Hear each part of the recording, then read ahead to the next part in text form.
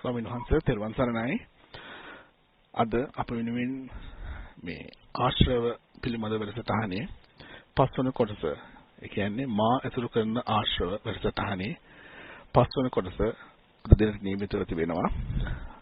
මේ දේශනාව ඉදිරිපත් කිරීම සඳහා අද මේ ස්ථානයේ වැඩම වදාළ නම කියන්න අවසරයි අතිපූජනීය පළුගස්සෑවේ සද්ධාතිස්ස ස්වාමීන් වහන්සේව අපේ තාමත් ගෞරවයෙන් පිළිගනිමු. ස්වාමීන් වහන්සේ දේශනාව ආරම්භ කිරීමට වහන්සේට ආරාධනා කරනවා. හොඳයි පින්වත්නි, පන්සිල් සමාදන් වීම සඳහා තුන් වතාවක් নমස්කාරය කියන්න.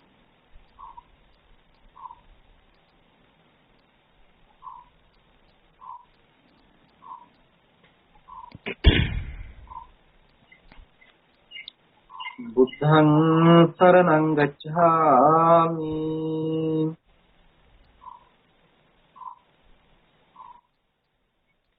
ධම්මං සරණං ගච්ඡාමි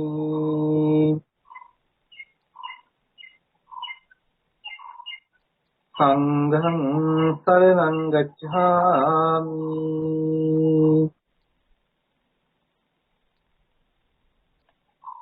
द्वितीयंपि बुद्धं शरणं गच्छामि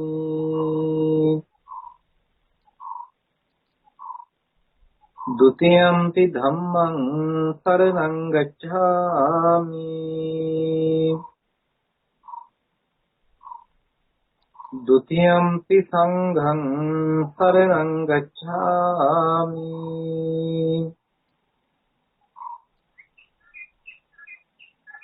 ततियंपि बुद्धं शरणं गच्छामि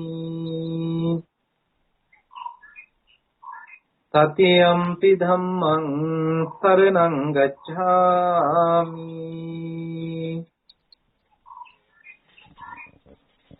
ततियंपि संघं शरणं गच्छामि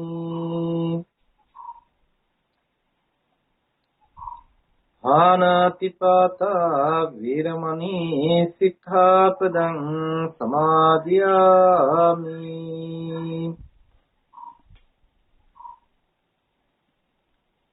අදින්නාදානා වීරමණී සික්ඛාපදං සමාදියාමි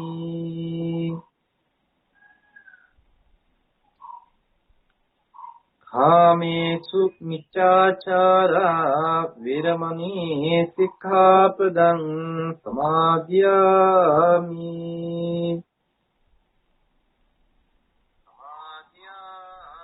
මුසාවාදා විරමණී සික්ඛාපදං සමාදියාමි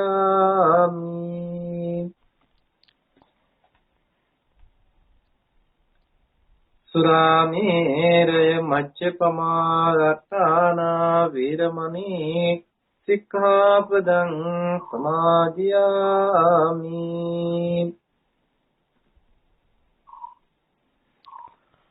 තිසරණේන සද්ධින් පංචශීලං ධම්මං සාදුකං සුරක්ෂිතං සත්වා අපමාදේන සම්පාදේත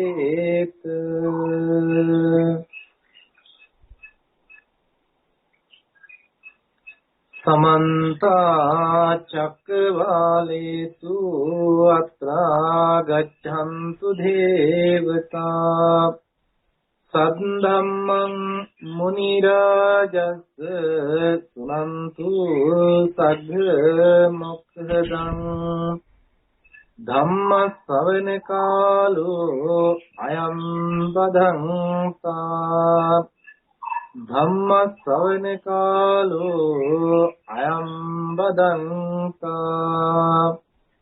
ධම්ම ශ්‍රවණ කාලෝ අයං බදන්තා නමෝ තස්ස භගවතු අරහතෝ සම්මා සම්බුද්දස්ස නමෝ තස්ස භගවතු අරහතෝ සම්මා සම්බුද්දස්ස නමෝ තස්ස භගවතු අරහතෝ සම්මා සම්බුද්දස්ස.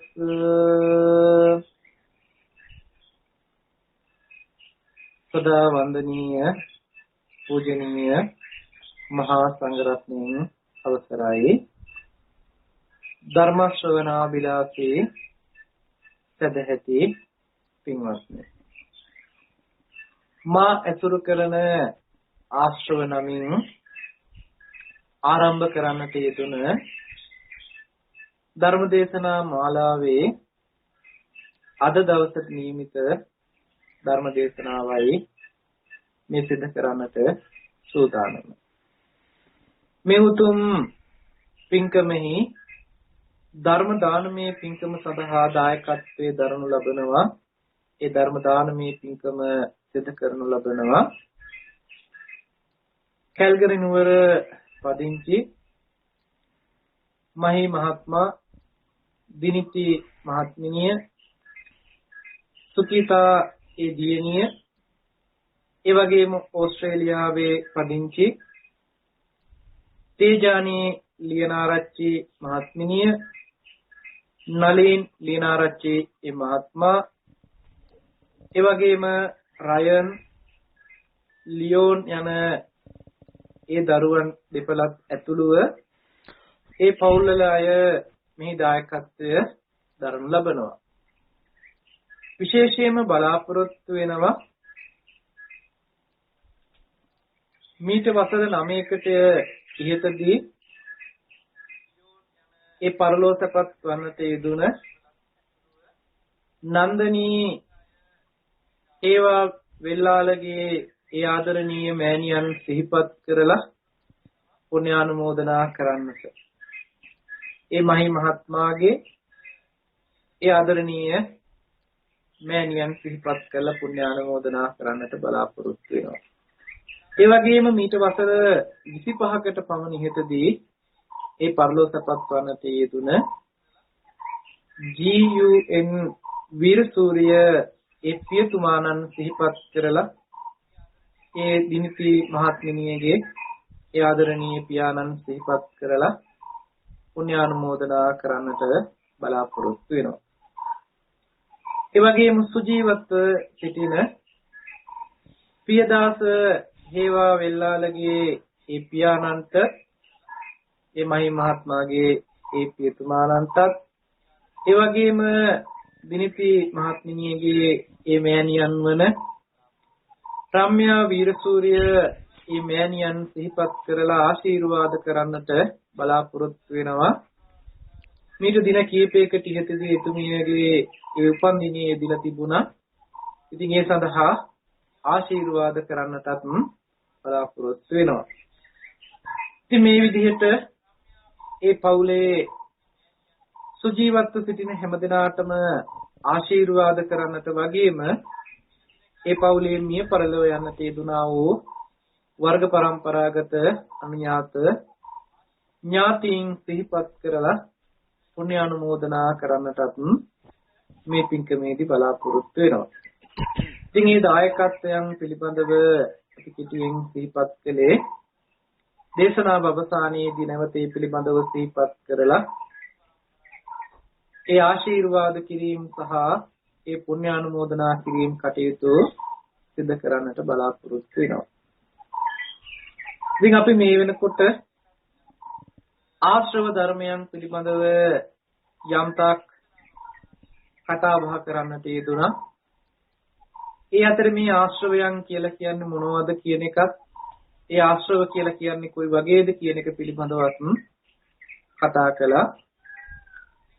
ඉන් අනතුරු අපි මේ දිට්ඨ ආශ්‍රවය පිළිබඳව ඉතා දීර්ඝ පැහැදිලි කිරීමක් සිදු කරන්නට යෙදුණා. ඒ වගේම පසුගිය වැඩසටහනේදී අපි ඒ කාම ආශ්‍රවයන් පිළිබඳවත් සාකච්ඡා කරන්නට යෙදුණා, පැහැදිලි කරන්නට යෙදුණා.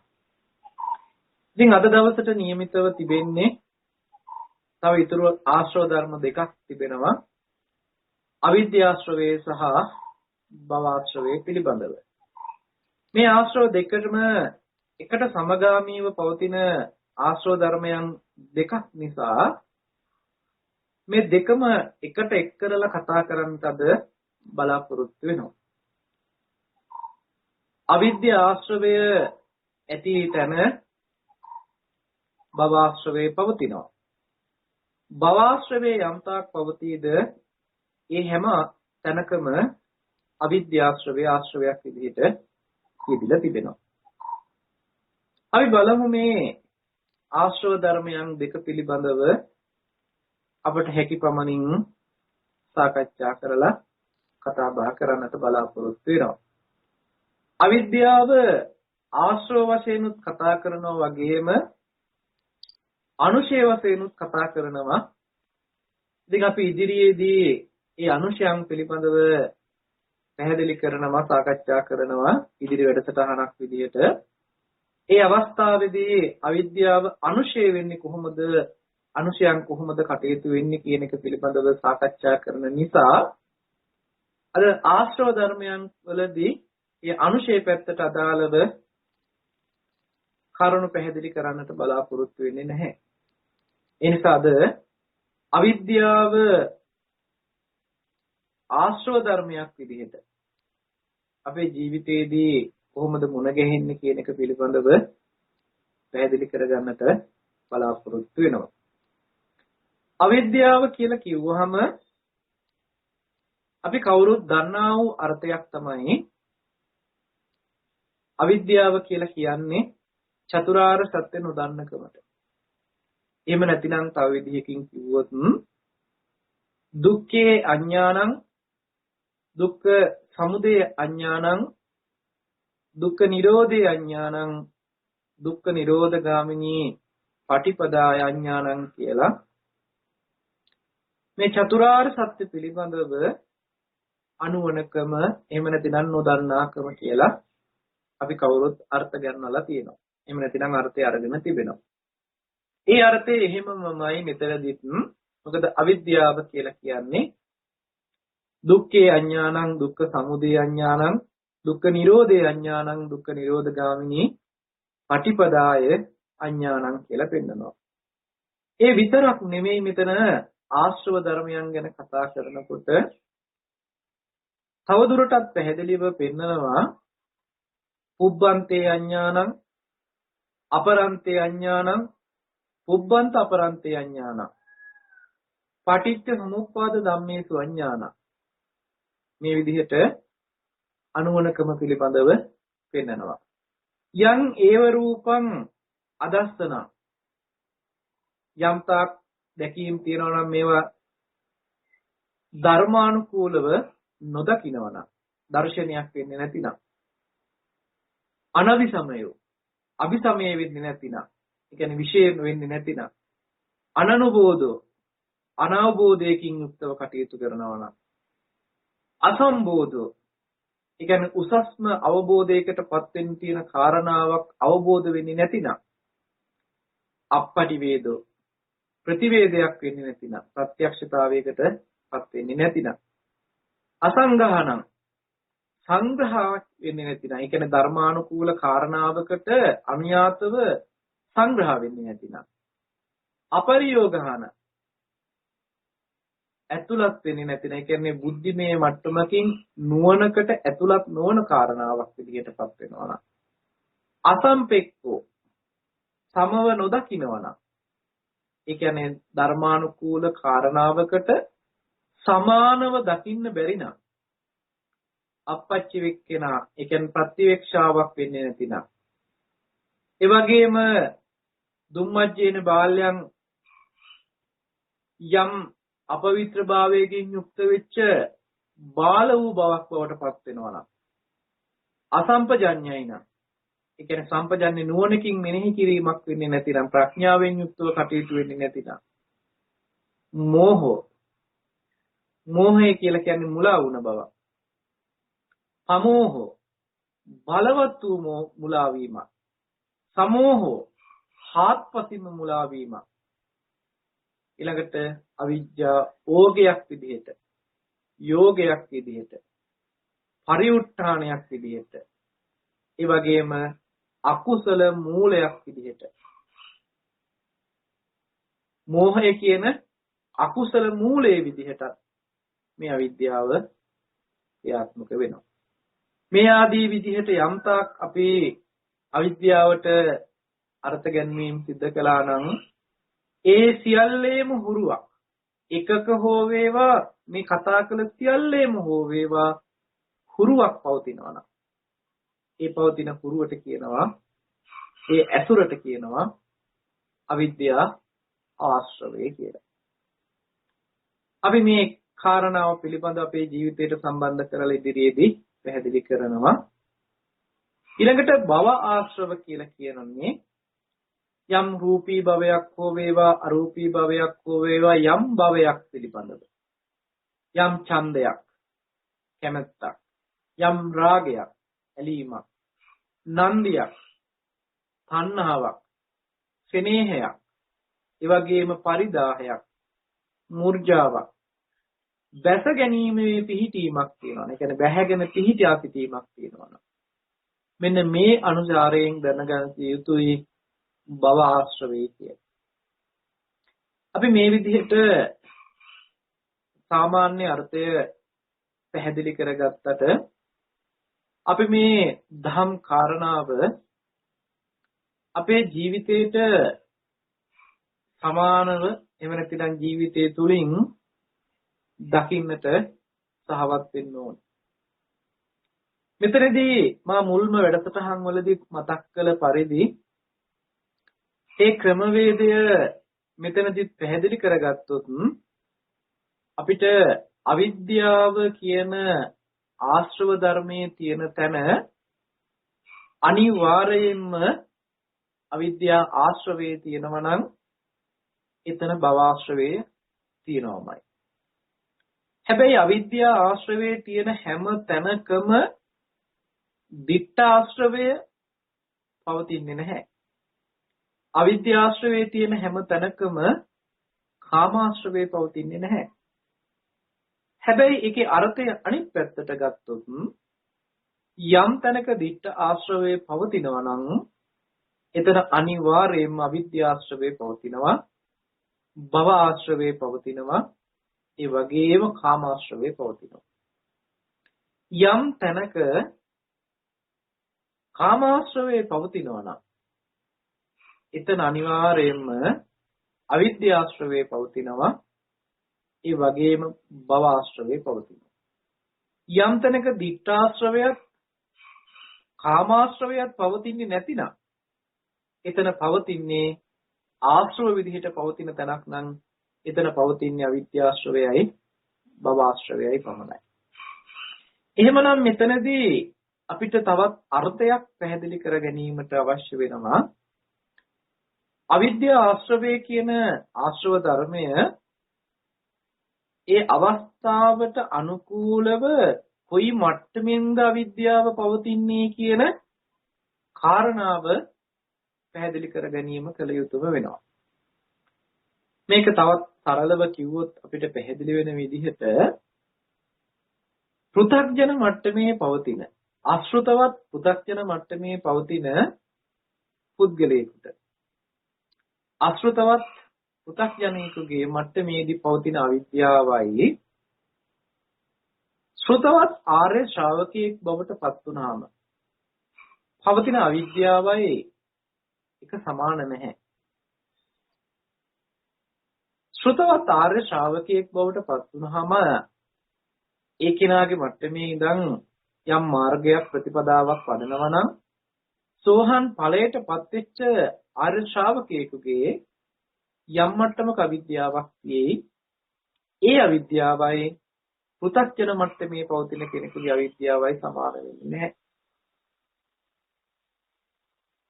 සෝහන් මට්ටමට පත් වුණ ආර්ය ශ්‍රාවකයෙකුගේ සකදාගාමි මට්ටමට පත් වෙච්ච ආර්ය ශ්‍රාවකයෙකුගේ අතරත් අවිද්‍යාව තියෙයි.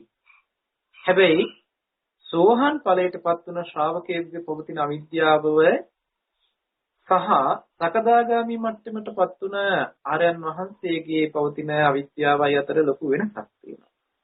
මේ විදිහට අනාගාමි මට්ටමට පත් වෙනකොට යම් අවිද්‍යාවක් තියෙයි.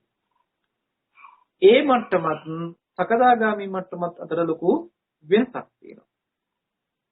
මොකද්ද මේ වෙනස? ඒ වෙනස පවතින්නේ කොතනින්ද කියන කාරණාව අපි පැහැදිලි කරගන්න ඕනේ. අනාගාමී ආර්යයන් වහන්සේගේ පවතින අවිද්‍යාව සම්පූර්ණයෙන්ම දුරු වුණාම තමයි උතුම් වූ අරිහත් ඵලයටපත් වෙන්නේ. අරිහත් ඵලයටපත් වුණාම තව දුරටත් අවිද්‍යාව තියෙනවා කියලා පැහැදිලි කළොත් කිව්වොත් ඒක නොවිය යුක්තක්මයි. එහෙම වෙන්නේ නැහැ. මොකද රහතන් වහන්සේගේ අවිද්‍යාවක් පවතින්නේ නැති නිසා. යම්තාක් අවිද්‍යාවක් තිබුණා නම් ඒ සියලුම අවිද්‍යාව සහ මුලින්ම දුරු වෙන්නේ උතුම් වූ අරියත් ඵලයටපත් වෙනකොට. අරිහත් මාර්ගයෙන් තමයි මේ ආශ්‍රවය ගෙවා දමන්නට තියෙන්නේ. යම්තාක් භවආශ්‍රවයක් තිබුණා නම් භවආශ්‍රවයත් මේ න්‍යායමයි. පුතග්ජන මට්ටමේ කෙනෙකුට යම් මට්ටමකින් තියනවා නම් භවආශ්‍රවය සෝහන් ඵලයටපත් වෙච්ච ආර්ය ශ්‍රාවකයෙකුගේ මට්ටමට ගත්තාම ඒ මට්ටමේටත් භවආශ්‍රවය තියෙනවා. හැබැයි ඒ පුතග්ජන මට්ටමේ කෙනාට වඩා හාත්පසින්ම වෙනස්. සකදාගාමී සහ සෝහන් ආර්ය ශ්‍රාවකයන් දෙන්නගේ ජීවිත චරිත දෙක ගත්තාම ඒත් වෙනස් වෙනවා. සකදාගාමී සහ අනාගාමී ආර්යයන් වහන්සේලාගේ මට්ටමින් ගත්තාම ඒත් වෙනස් වෙනවා. මේ විදිහට අනාගාමී ආර්යයන් වහන්සේ අරිහත් මාර්ගයේ වඩනකොට මේ භවආශ්‍රවේ සම්පූර්ණයෙන්ම නිරුද්ධ කරලා දානවා. රහත් ඵලයටපත් වෙනකොට භව ආශ්‍රව ධර්මයන් සම්පූර්ණයෙන් ප්‍රහීන කරලා තියෙනවා. ඒ නිසා මේ එකම පරයයක්, එකම කාරණා, එකම ආකාරයක් නිසා මේ ධර්මතා දෙකම එකට අරගෙන කතා කරන්නට බලාපොරොත්තු වෙන්නේ. අවිද්‍යා ආශ්‍රවේ නිසා භව ආශ්‍රවේ උපදිනවා. ඊතර සම්බන්ධතාවයක් තියෙනවා. අපි ඒ තියෙන සම්බන්ධතාවයත් ලෙහාගෙන පැහැදිලි කරගෙන මේක ඉදිරියට කරුණු ටික පැහැදිලි කරගන්නට බලමු. අවිද්‍යා ආශ්‍රවය කියලා කිව්වහම ආශ්‍රව ධර්මයේ කියන අවස්ථාව එහෙම නැත්නම් ආශ්‍රව කියලා කියන්නේ හිතේ ඇසුරට පුරුදු වුණ බව. එහෙම නැත්නම් ඒ හිතේ හුරුවක් නැඹුරු වීම. හිත කුමක් ඇසුරකටද කුමක හුරුවකටද නැඹුරු වෙන්නේ කියලා බලමු. අවිද්‍යාව කියලා කියන්නේ දුක්ඛේ අඥාන. දුක්ඛ සමුදය අඥාන. දුක්ඛ නිරෝධේ අඥාන. දුක්ඛ නිරෝධගාමිනී පටිපදාය අඥාන. උබ්බන්තේ අඥානං අපරන්තේ අඥානං පුබ්බන්ත අපරන්තේ අඥානං පටිච්ච සමුප්පාද ධම්මේසු අඥාන.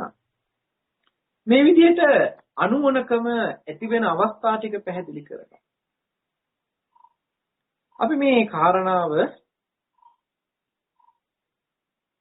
පැහැදිලි කරගත්තොත් දුක්ඛේ අඥානං දුක්ඛේ ඥානං දුක්ඛේ අඥානං කියලා ධර්මතා දෙකක් පිළිබඳව කතා කරනවා. දුක්ඛේ ඥානං වෙනකොට ඒක සම්මා දිට්ඨිය බවට පත් වෙනවා. ඒ කියන්නේ දුක පිළිබඳ වූ නුවණ. දුක පිළිබඳ වූ අනුවණක් තියෙනවනම් ඒ කියන්නේ මෙතනදී හොඳට පැහැදිලිව බෙදලා ගත යුතුයි මේ දුක්ඛේ ඥානං සහ දුක්ඛේ අඥානං කියලා කතා කරන්නේ අද වර්තමානයේ අපි කවුරුත් දන්නා වූ දුකට සාපේක්ෂව කියන තැනකට වඩා එහා ගිය අර්ථයක් මෙතන තියෙනවා. අපිත් දන්නවා දුකයි කියන්නේ. අපේ කවුරු හරි කෙනෙක් අසනීප වුණොත් අපිට මහා පුදුමාකාර දුකක් දැනේ. අපේ කවුරු හරි කෙනෙක් මිය පරලොව ගියොත් අපිට පුදුමාකාර විදිහේ දුකක් දැනේ.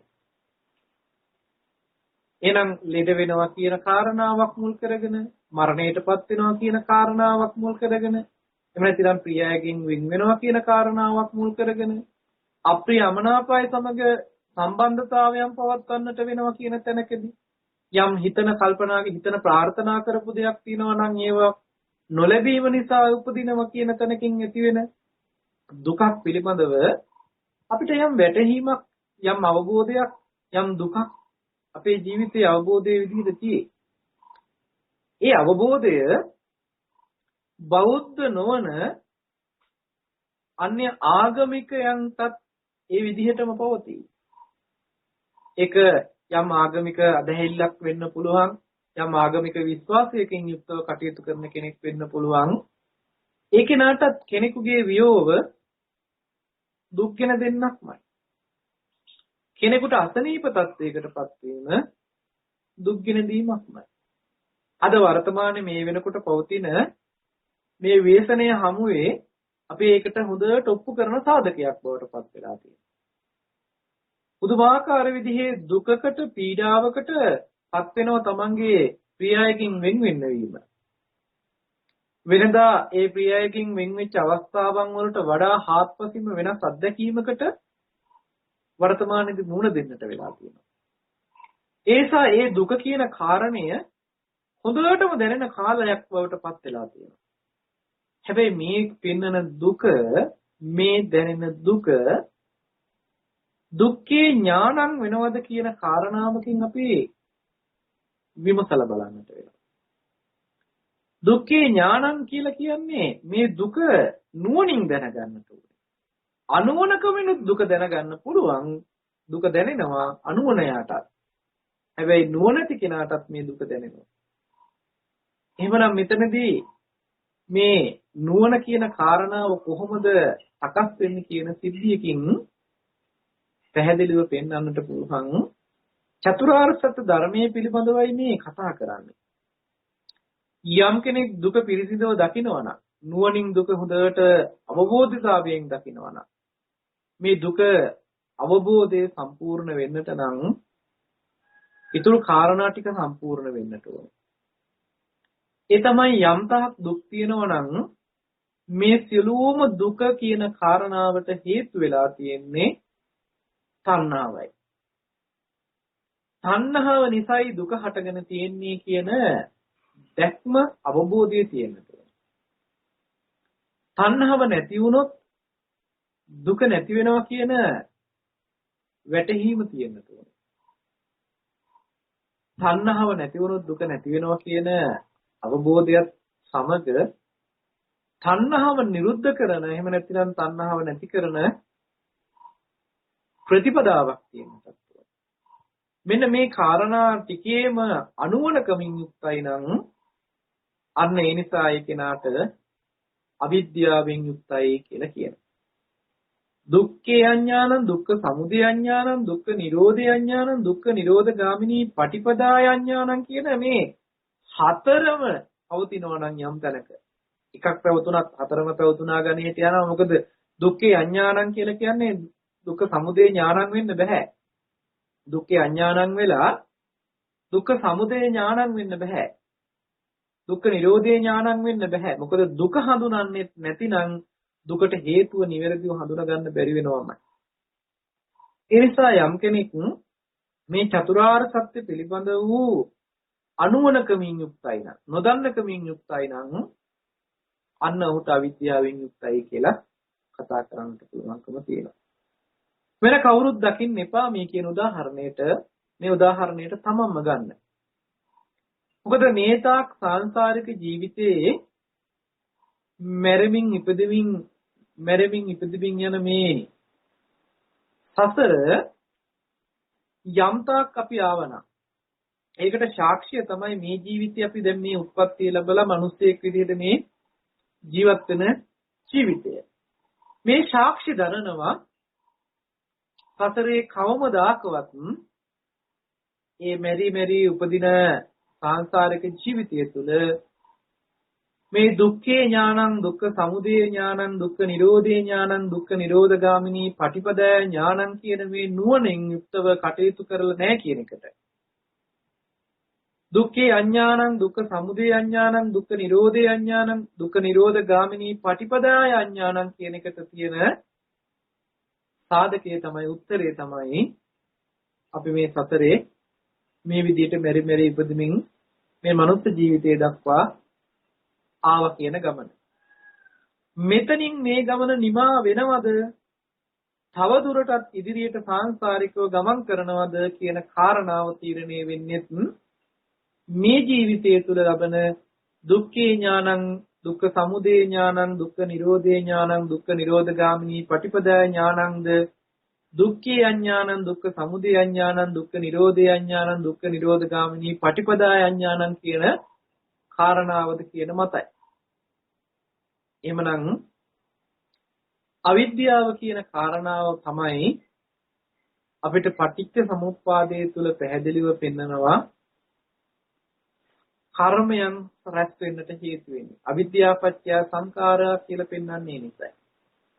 ඒ නිසා යම් තැනක අවිද්‍යාව යෙදෙනවා නම් ඊට අනුරූපව කර්ම රැස් වෙනවා කියන කාරණාවක් තියෙනවා. එහෙමනම් මෙන්න මේ දුක දුකට හේතුව දුකේ නැතිවීම දුක නැති කරන ප්‍රතිපදාව කියන මේ ධර්මතා ටික අපිට මුණ නොගෙහෙන තාක්කල් අපි අවිද්‍යාවෙන් යුක්ත වෙනවා. ශ්‍රුතවත් ආර්ය ශ්‍රාවකයෙක් බවට පත් වෙන්නට නම් ලෝතුරා සම්මා සම්බුදුරජාණන් වහන්සේ නමක් ලෝකයේ තුල පහළ වෙලා ඒ සම්මා සම්බුදුරජාණන් වහන්සේ චතුරාර්ය සත්‍ය ධර්මයේ ඝටිත වූ දහම් අර්ථයන් දේශනා කරනවා. ඒ දේශිත ධර්මයේ ශ්‍රවණය කරලා ඒ තුල අන්තර්ගත වෙන චතුරාර්ය සත්‍ය දර්ශනය තීරුම් ගත්තා. අන්න දුක්ඛේ ඥානං බවට පත් වෙනවා. එහෙමනම් මේ දුක පිළිබඳ වූ නුවණ අපිට තනියෙන්ම ලබා ගන්නට පුළුවන්කමක් ලැබෙන්නේ නැහැ. අපි අද කතා කළේ අර අන්‍ය ආගමික ලබ්ධිකයන්ට වුණත් කෙනෙකුගේ මරණය නිසා කෙනෙකුගේ වියෝව එහෙම නැතිනම් කෙනෙකුට අසනීපතාවයක් යම් ආකාරයක දුක්ගෙන දෙන්නක් බවට පත් වුණාට හැබැයි මේ නුවණේ පණිවිඩයකින් දැනගත්තා වූ දුක පිළිබඳ අවබෝධයක් නෙමෙයි. මොකද එහෙම මතක් කළේ තනියෙන්ම මේ දුක පිළිබඳ වූ යම් අවබෝධතාවයකට පත් වෙනවා නම් ඒ අවබෝධතාවය සම්මා සම්බුදුරජාණන් වහන්සේ නමක් බවට හෝ පසේ බුදුරජාණන් වහන්සේ නමක් බවට පත් වීමෙන් ලැබෙන අවබෝධයක් විය යුතුයි. එහෙම නොවන අනිත් හැම කෙනෙකුටම ශ්‍රාවකයා හැටියට එහෙම නැත්නම් ශ්‍රාවකයන් හැටියට බුදුරජාණන් වහන්සේගේ පණිවිඩයේ ශ්‍රවණය කළ ශ්‍රුතවත් ශ්‍රාවකයෙක්ම විය යුතුයි. එහෙමනම් මේ බුද්ධ පණිවිඩයම අහලා දැනගත්ත කෙනෙකුටමයි ඒ ඥානය උපදවා ගන්නට පුළුවන්කම තියෙන්නේ. මේ විදිහට දුක්ඛේ ඥානං දුක්ඛ සමුදය ඥානං දුක්ඛ නිරෝධේ ඥානං දුක්ඛ නිරෝධ ගාමිනී පටිපදාය ඥානං කියන තැනකින් මේ නුවණ පණිවිඩයකින් ලැබෙන්නට ඕන. ඒ විතරක් නෙමෙයි පුබ්බන්තේ කංකති එහෙම නැතිනම් පුබ්බන්තේ ඥානං ඉන්නට ඕනේ. පුබ්බන්තේ අඥානං බවක් තමයි අවිද්‍යාව කියලා කියන්නේ. පුබ්බන්තේ අඥානං කියලා කියන්නේ පෙර විසු කඳ පිළිවෙත පිළිබඳව පෙර જાතියෙන් පිළිබඳව සිහි කරනකොට ඒ කෙනාට ඒ පිළිබඳව අඥානකමක් තියෙනවා අනුවණකමක් තියෙනවා. පෙර ජීවිතයේ තුල එහෙම නැතිනම් පෙර ආත්මයක් කියන තැනකින් කලින් ආත්මේ මම මේ විදිහයි ඊට කලින් ආත්මේ මම මේ විදිහයි කියලා ආත්මී හැඟීමකින් බලනවා නම් පෙරවිසු කඳ පිළිවෙත පිළිබඳව අනේ ආත්මී හැඟීම තුල බලන්නෙම පෙර පිළිබඳව එහෙම නැත්නම් පුබ්බන්තේ පිළිබඳව අනුවණකමින්මයි. ඒකට අඥානයි කියලා කියනවා. අපරන්තේ අඥාන මරණින් පස්සේ ගිහිල්ලා උපදින තැන එහෙම නැතිනම් මරණින් පස්සේ ගිහිල්ලා නැවත හට ගැනීමක් පිළිබඳව කතා කරන තැන මම මරණින් පස්සේ ගිහිල්ලා ඊළඟ ආත්මය උපදිනවා කියන තැනකින් ආත්මී හැඟීමෙන් යුක්තව මේ මරණයෙන් පසුව සිදුවෙන උප්පත්තිය හඳුන්වනවා නම් ඒ ඉපදීම ආත්මී හැඟීමෙන් යුක්තව නම් සලකන්නේ ඒ ආත්මී හැඟීමකින් යුක්තව නම් සිහි කරලා තියෙන්නේ ඒ සිහි කිරීමම අනුවණ සිහි කිරීමක් වෙනවා. ආත්මීය වූ හැඟීමකින් සිහි කරන බවකට නම් ඒ සිහි කිරීමපත් වෙලා තියෙන්නේ ඒ අපරන්තේ අඥානම් බවට පත් වෙනවා. පුබ්බන්ත අපරන්තේ අඥාන මේ పూర్වයේ සහ අපරයේ කියන මේ දෙපැත්තටම යන්න මේ අවස්ථාව මුල් කරගෙන පෙර සහ පසු කියන දෙපැත්තටම පෙන්නනවා ආත්මී හැඟීම මුල් කරගෙන නම් කටයුතු කරලා තියෙන්නේ එතන තියෙන්නේ අඥාන බවක්මයි. එහෙමනම් චතුරාර්ය සත්‍ය නොදන්නකම එක කාරණාවක් ඊළඟට పూర్වාන්තයට අපරාන්තයට සහ పూర్ව අපරාන්තය කියන මේ අර්ථයන් වලට අනුවණකමින් යුක්තව කරන සිහි කැඳවීම සිහි කිරීම පිළිබඳව ඒද අවිද්‍යාවෙන් කරන ක්‍රියාවක්ම බවට පත් වෙනවා. ඊළඟට පටිච්ච සමුප්පාද ධම්මේසු අඥාන යම් පටිච්ච සමුප්පාද ධර්මයක් දර්ශනයක් අපිට පැහැදිලි කරලා තියෙනවා නම් ඒ පටිච්ච සමුප්පාද ධර්මයේ පිළිබඳ වූ අනුවණකමක් පවතිනවා නම් මෙන්න මේ විදිහටයි පටිච්ච සමුප්පාද ධර්මතා ටික සකස් වෙලා තියෙන්නේ කියලා නිවැරදිව දන්නේ නැතිනම් අර්ථ ගැන්වීමක් හරියටම අවබෝධයක් නොවනවා නම් ඔහු තුල අඥානකමක් උපදිනවා. ඒ නිසා පටිච්ච සමුප්පාද ධම්මේසු අඥානං කියලා පෙන්නනවා. මෙන්න මේ ටික ඇතුලේ අපිට හිතන්නට විශාල කාරණයක්. මේ අවිද්‍යාව කියන කාරණාව ආශ්‍රව ධර්මයක් බවට පත් වෙනකොට එහෙම නැතිනම් අවිද්‍යාව කියන්නේ මෙන්න මේ ටික ඒ හිතේ ඇසුරක් බවට පත් වෙනකොට ඒ ඇසුර ගිවා දමන්නට අවස්ථා කීපයක් තිබෙනවා. මම මේ අවස්ථාව ඒ සිද්ධියකට සම්බන්ධ කරලා පෙන්නන්නම්. යම් කෙනෙක් ආශ්‍රිතවත් වූ පෘථග්ජන මට්ටමේ කෙනෙක් බවට පත් වෙලා නම් එහෙම නැතිනම් ඉන්නේ ආශ්‍රිතවත් වූ පෘථග්ජනෙක් නම් ධර්මයක් අහලවත් නැති කෙනෙක් නම් මෙන්න මේ කෙනාගේ තියෙන අවිද්‍යාවේ ස්වභාවය අපි පැහැදිලි කරගත්තොත් මේ කෙනාට අර මම කතා කරන්නට යෙදුන විස්තර කරන්නට යෙදුන අවිද්‍යාවේ ප්‍රභේදයන් සියල්ලම අඥාන ස්වභාවයේ සියල්ලම අන්තර්ගත වෙනවා. දුක්ඛේ අඥානං දුක්ඛ සමුදය අඥානං දුක්ඛ නිරෝධේ අඥානං දුක්ඛ නිරෝධගාමිනී පටිපදාය අඥානං පුබ්බන්තේ අඥානං අපරන්තේ අඥානං පුබ්බන්ත අපරන්තේ අඥානං පටිච්ච සමුප්පාද ධම්මේසු අඥානං කියලා මේ විදිහට මේ අවිද්‍යා ආශ්‍රවයන් සියල්ල මේදිලා තියෙනවා. යම් කෙනෙක් ශ්‍රුතවත් ශ්‍රාවකයෙක් බවට පත් වෙලා සෝහන් ඵලයට පත් වෙනකොට ඒ සෝහන් ඵලයට පත් වෙච්ච ආර්ය ශ්‍රාවකයාගේ මට්ටමේදී චතුරාර්ය සත්‍ය පිළිබඳ වූ දැක්ම මේ ආර්ය ශ්‍රාවකයා තුල පිහිටනවා.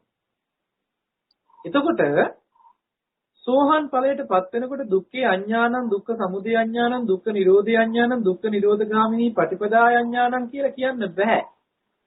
දුක්ඛේ ඥානං දුක්ඛ සමුදය ඥානං දුක්ඛ නිරෝධය ඥානං දුක්ඛ නිරෝධගාමිනී පටිපදාය ඥානං කියලාමයි කියන්න වෙන්නේ.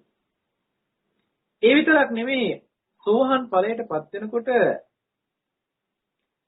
සම්පූර්ණයෙන්ම විචිකිච්ඡාව දුරු වෙන නිසා සැකේ දුරු වෙන නිසා පුබ්බන්තේ ඥානං වෙනවා අපරන්තේ ඥානං වෙනවා පුබ්බන්ත අපරන්තේ ඥානං වෙනවා පටිච්ච සමුප්පාද ධම්මේසු ඥානං වෙනවා. හැබැයි මේ සෝහන් ඵලයට පත් වෙච්ච ආර්ය ශ්‍රාවකයාගේ අවිද්‍යාව යම් මට්ටමකට දුරු වෙනවා. හැබැයි අවිද්‍යාශ්‍රවේ යම් මට්ටමකට ඉතුරු වෙනවා. ඒ ඉතුරු වෙන්නේ දිට්ඨිය මුල් කරගත්තා වූ සක්කාය දිට්ඨිය මුල් කරගත්තා වූ ආත්මී හැඟීම මුල් කරගත්තා වූ යම් වැරදි දැකීමක් තිබුණා නම් මේ දිට්ඨිය සම්පූර්ණයෙන්ම දුරු වෙනවා. ඒ දිට්ඨිය ඇති කරවීම පිණිස යම්තාක් අවිද්‍යාව තිබුණා නම් ඒ අවිද්‍යාව දුරු වෙනවා. යම්තාක් ඒ දිට්ඨිය ඇති කරවීම පිණිස හේතු වුණ භවයේ තිබුණා නම් භව ආශ්‍රවයේ තිබුණා නම් මේ භව ආශ්‍රවයේ දුරු වෙනවා. යම්තාක් දිට්ඨිය ඇති කරවීම පිණිස හේතු වුණ යම් කාමාශ්‍රවයක් තිබුණා නම් මෙයත් මෙතනදී දුරු වෙනවා. මේ දුරු වීම තුළ අපි වෙන් කරලා හඳුනා ගැනීම කළ යුතුයි. එවනම් ඉතුරු වෙන්නේ කුමක්ද කියන එක. සෝහන් ආර්ය ශ්‍රාවකයාට තව දුරටත් ගෙවා දැමීමට ඉතුරු වෙනවා කාමාශ්‍රවය. ඒ කාමාශ්‍රවය අවස්ථා දෙකකට බෙදලා වෙන්නු අපි පසුගිය වැඩසටහනේදී ඕලාරික එහෙම නැතිනම් රළු වශයෙන් පවතින කාමාශ්‍රව තියෙනවා, සියුම් වශයෙන් පවතින කාමාශ්‍රව තියෙනවා. රළු වශයෙන් පවතින කාමාශ්‍රවය තමයි ගෙවිලා යන්නේ. එහෙම නැතිනම් අපි වස්තුකාම වශයෙන් කතා කළා. ඒ රළු වශයෙන් පවතින ආශ්‍රව ධර්මයන් ටික ගෙවිලා යනවා. එතකොට යම්තාක් අවිද්‍යාව කියන කාරණාව තුළ මේ කාමයේ මුල් කරගත්තා වූ, කාමයට නැඹුරු කරපු, කාමයේ පැත්තට යොමු කරපු සිතුවිලි උපද්දවන්නට හේතු වුණ අවිද්‍යාව තවදුරටත් ඉතුරු වෙලා තියෙන ආශ්‍රව විදියට. චතුරාර්ය සත්‍ය පිළිබඳ වූ මනා දැක්මක් තිබුණට මේ ආර්ය ශ්‍රාවකයාට කාම ආශ්‍රවයන් පිළිබඳ වූ අවබෝධය තාම එහෙම නැතිනම් කාම ආශ්‍රවයන් දුරු වීම පිළිබඳ වූ අවබෝධය තාම ලබා නැති නිසා ඒ මට්ටමට අවශ්‍ය වෙන විදිහට අවිද්‍යාවෙන් පැහිලා තියෙන එහෙම නැතිනම් අවිද්‍යා ආශ්‍රවයක් විදිහට පවතිනවා. ඒ විතරක් නෙමෙයි ඇති බවට හම්බ වෙනවා එහෙම නැතිනම් නන්දියක්, රාගයක්, තෙනේහයක්, පරිදාහයක් ආදී මේ විදිහට කතා කළ භවආශ්‍රවයේ පිළිබඳවත් මෙතනට ඒ විදිහම පවතිනවා. යම් ආකාරයකින් කාමයේ පැත්තට නැඹුරු වුණ ඇති බවට ඉතුරු කළ භවආශ්‍රව ධර්මයන් පවතිනවා නම් ඒ ඇති බවට ඉතුරු වෙන භවආශ්‍රව ධර්මයන් පවතින්නේ කාමයේ පැත්තට නැඹුරු වෙලා තියෙන්නේ ඒ කාමයේ පිළිබඳ වූ අවිද්‍යාවෙන් යුක්ත වෙන නිසායි. ඇත්ත ඇති හැටියට නොදකින්න නිසායි. නමුත් මේ කෙනා සම්මා දිට්ඨියට පත්වෙච්ච ආර්ය ශ්‍රාවකයෙක් නිසා මේ කෙනාට මේක දකින්නට ලැබෙනවමයි. මේක නොලැබී තියෙන්නේ නැහැ. ඒ වැහිලා යන්නේ නැහැ. ඒ ආශ්‍රව ධර්මයේ බලවත් නිසා යම් මට්ටමකින් වැහිලා තිබුණට ඒ ධර්මයන් ඉවත් වෙලා ඒ කෙනාගේ නුවණින් මේ අවිද්‍යාව යට කරගන්න පුළුවන්කම, ඒ ගෙවා දමන්න පුළුවන්කම, සාක්ෂාත් කරගන්න පුළුවන්කම පවතිනවා. ඒ නිසා ඒ මට්ටමේ පවතින අවිද්‍යාව පෘථග්ජන මට්ටමේ පවතින අවිද්‍යාවත් එක්ක සංසන්දනය කරලා බලන්න හාත්පසින්ම වෙනස්. ඒ විතරක් නෙමෙයි සෝහන් මට්ටමේ පවතිච්ච අවිද්‍යාවට වඩා හාත්පසින්ම වෙනස්. මේ සකදාගාමි මට්ටමටපත් වෙනකොට ඒ කෙනා මේ රළු වශයෙන් තිබුණ කාමාශ්‍රව ගෙවා දමා හවසන්. හැබැයි තව සියුම් වශයෙන් තියෙන ක්ලේශකාමයේ ගෙවා දෙන්නේ යුතුයි. ක්ලේශකාමයේ පැත්තට නැඹුරු වුණ භවආශ්‍රවයයි අවිද්‍යාශ්‍රවයයි ආශ්‍රව වෙලා තියෙනවා.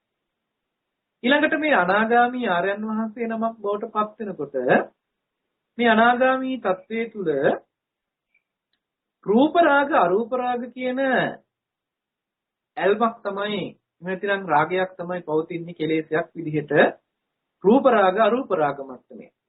එහෙම නැත්නම් රූපේට රූප රාග අරූප රාග කියලා කියන්නේ රූපාවචර සහ අරූපාවචර මට්ටමට තියෙන බැඳීම.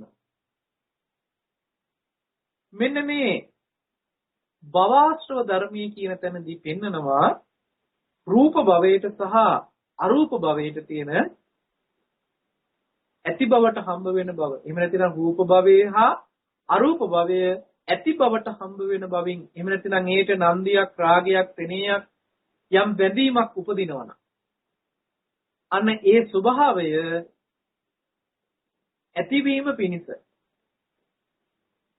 රූපය එහෙම නැතිනම් රූපාවචර මට්ටමේ රූප ලෝකය අරූප ලෝකයේ කියන මේ ලෝකේ නිර්මාණය වෙලා එහෙම නැතිනම් මේ ලෝකයට ඇලුම් කරලා ඒ ලෝකයේ පැත්තට නැඹුරු වෙන ඇති බවට ඉතුරු කරලා තියෙන්නේ ඒ පිළිබඳ වූ තවත් ආශ්‍රව ධර්මයන් පවතිනවා ඒ මට්ටමට අවිද්‍යාව පිහිටලා තියෙන නිසා.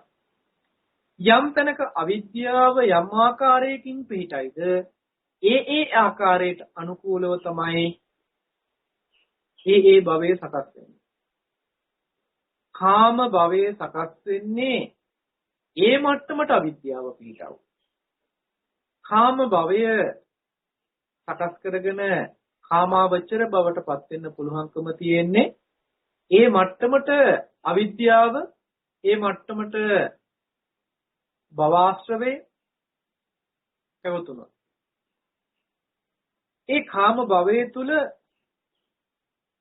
කටයුතු කරලා ඒ කාම භවයේ තුල කර්ම රැස් කරගෙන නැවත සසරේ සැරිසරන්නට එහෙම නැත්නම් මෙරි මෙරි උපදිනවා කියන තැනකට යන්න පුළුවන්කම ලැබිලා තියෙන්නෙම ඒ මට්ටමේ තිබුණ අවිද්‍යාශ්‍රවේ සහ ඒ මට්ටමට තිබුණ භවආශ්‍රවේ නිසා. ඒ මට්ටමින් කාමාශ්‍රවේ ඒ මට්ටමින් දිඨාශ්‍රවේ කියන ධර්මතා දෙක අනුව ඒ තියෙන අවස්ථාවන් වෙනස් වෙන්න පුළුවන්. කාමාශ්‍රව මට්ටමින් පැවතුනොත් ඒ මට්ටම දිව්‍ය ලෝක මට්ටම වෙන්න පුළුවන්, මනුස්ස ලෝක මට්ටම වෙන්න පුළුවන්. දිඨාශ්‍රවේ දුරු වෙලා කාමාශ්‍රව මට්ටමින් පැවතුනොත් සකදාගාමි මට්ටමේ පවතින අවස්ථාවක් බවට පත් වෙනවා. හැබැයි යම් මට්ටමකින් කාමාශ්‍රව මට්ටමක් තිබිලා දිඨාශ්‍රව මට්ටමක් තිබුණොත් ඒ කෙනා පෘථග්ජන මට්ටමටම පත් වෙච්ච චරිතයක් බවට පත් වෙනවා. කාමාශ්‍රව මට්ටම රළු වශයෙන් තිබුණොත් ඒ කෙනා දිඨාශ්‍රව දුරු කරත් සෝහන් ආර්ය ශ්‍රාවකයෙක් බවට පත් වෙනවා. ඒ නිසා මේ අවස්ථාවන් තුනම කාම ලෝකයේ තුල පනවන්නේ. සෝහන් වෙච්ච ආර්ය ශ්‍රාවකයෙකුත් සකදාගාමී වෙච්ච ආර්ය ශ්‍රාවකයෙකුත් ඒ වගේම පෘථග්ජන මට්ටමේ අශෘතවත් මට්ටමේ පවතින කෙනෙකුත් කාම ලෝකයේ තුල පනවන්න පුළුවන්කම තියෙන්නේ. මොකද කාමාවචර ජීවිතයක් බවට පෙන්වන්න පුළුවන්කම තියෙන්නේ.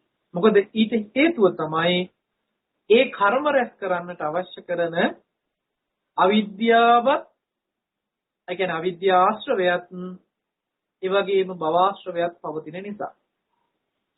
යම් තැනක අවිද්‍යාශ්‍රවයත් භවආශ්‍රවයත් පමණක් පවතිනවා නම් කාමාශ්‍රවය සහ දිඨාශ්‍රවය සම්පූර්ණයෙන් දුරු කළා ඒ කෙනාට රූප රාග අරූප රාග පවතින නිසා රූපාවචර බ්‍රහ්ම ලෝකයට හෝ අරූපාවචර බ්‍රහ්ම ලෝකයට කියන මේ අවස්ථාවන් වලට පත් වෙන්නට පුළුවන්කම උපදින්නට පුළුවන්කම පවතිනවා.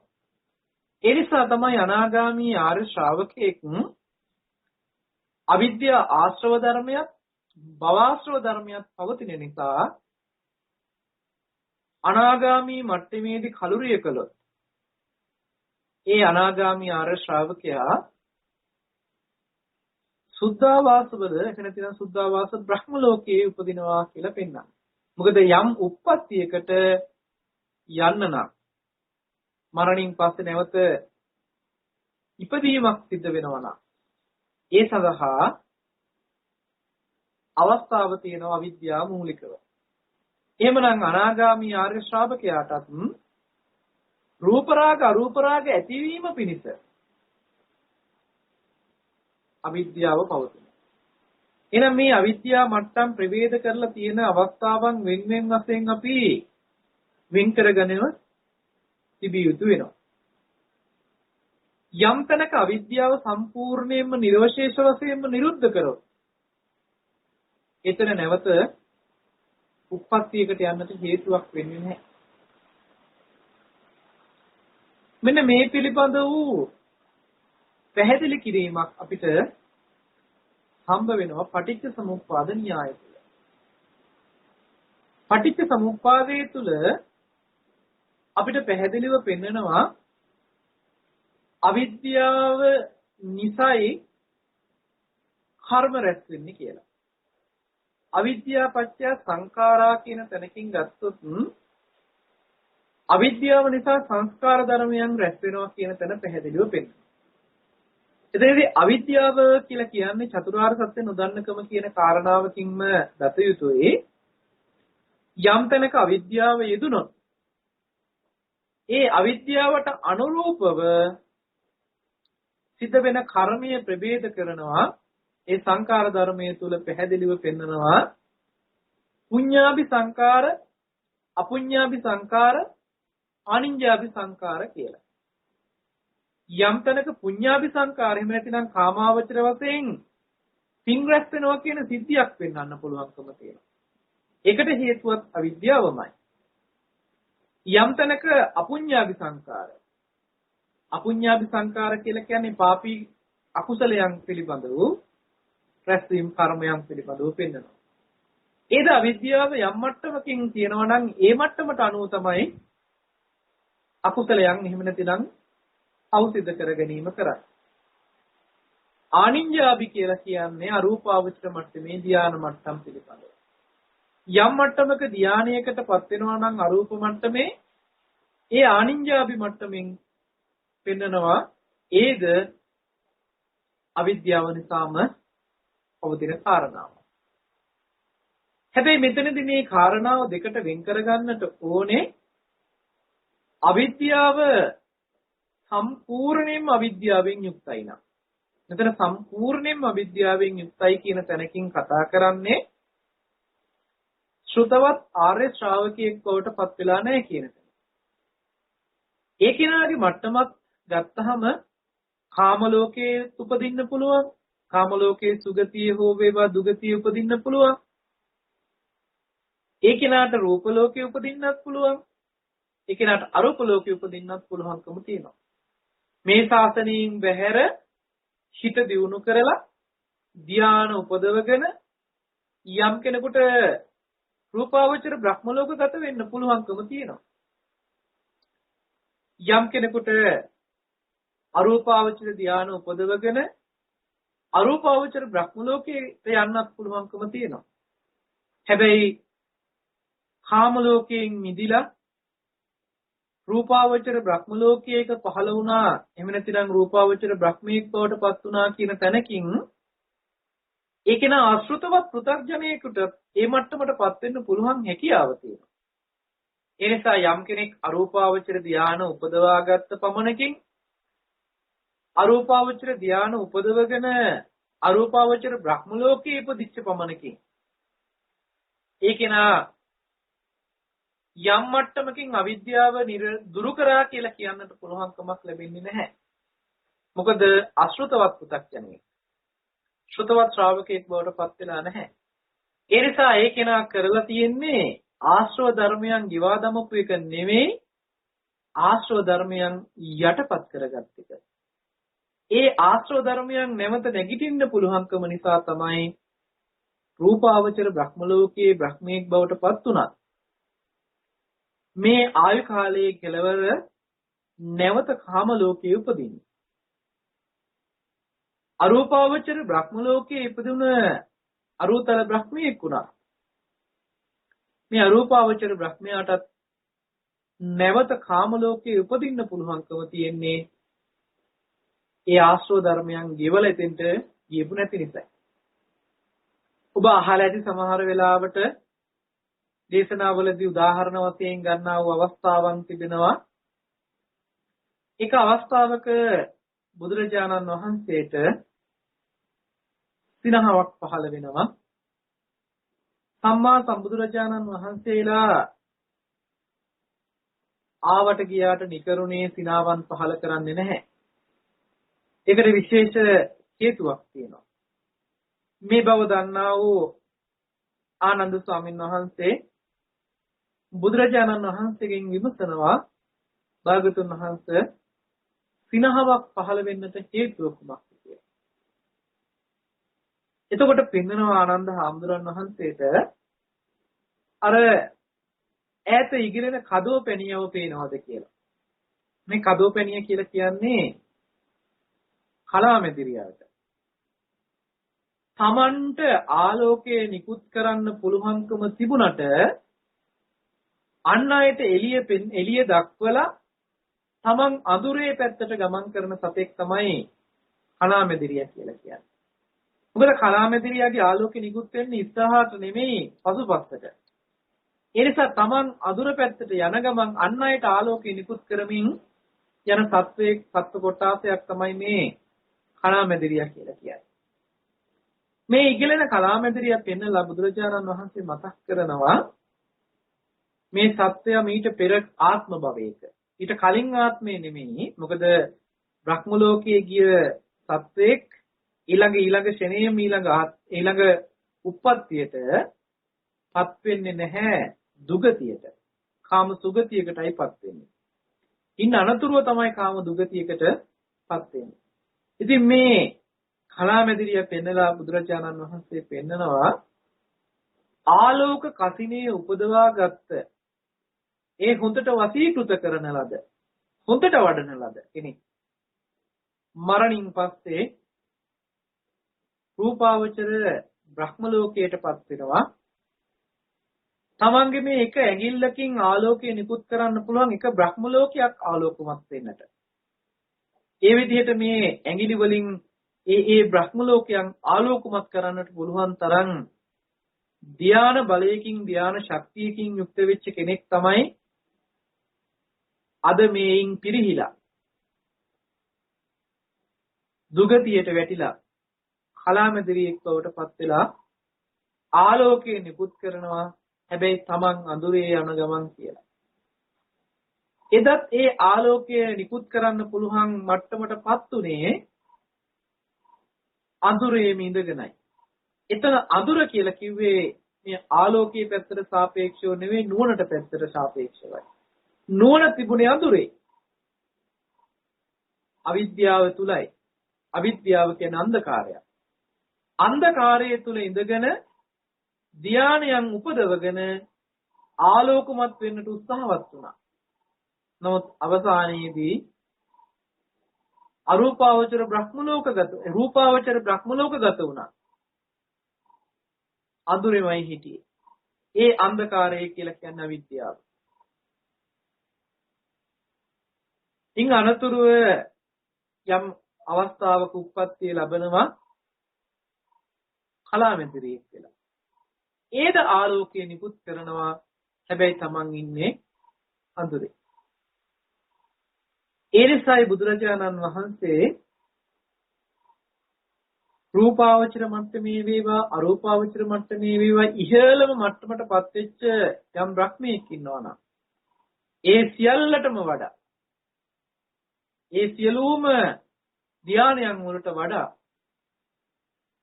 ditthi සම්පන්නෙක් එහෙම නැතිනම් ශ්‍රුතවත් ආර්ය ශ්‍රාවකයෙක් බවට පත් වෙලා සෝහන් ඵලයටපත් වෙච්ච ආර්ය ශ්‍රාවකයා ශ්‍රේෂ්ඨයි කියලා හඳුන්වන්නේ.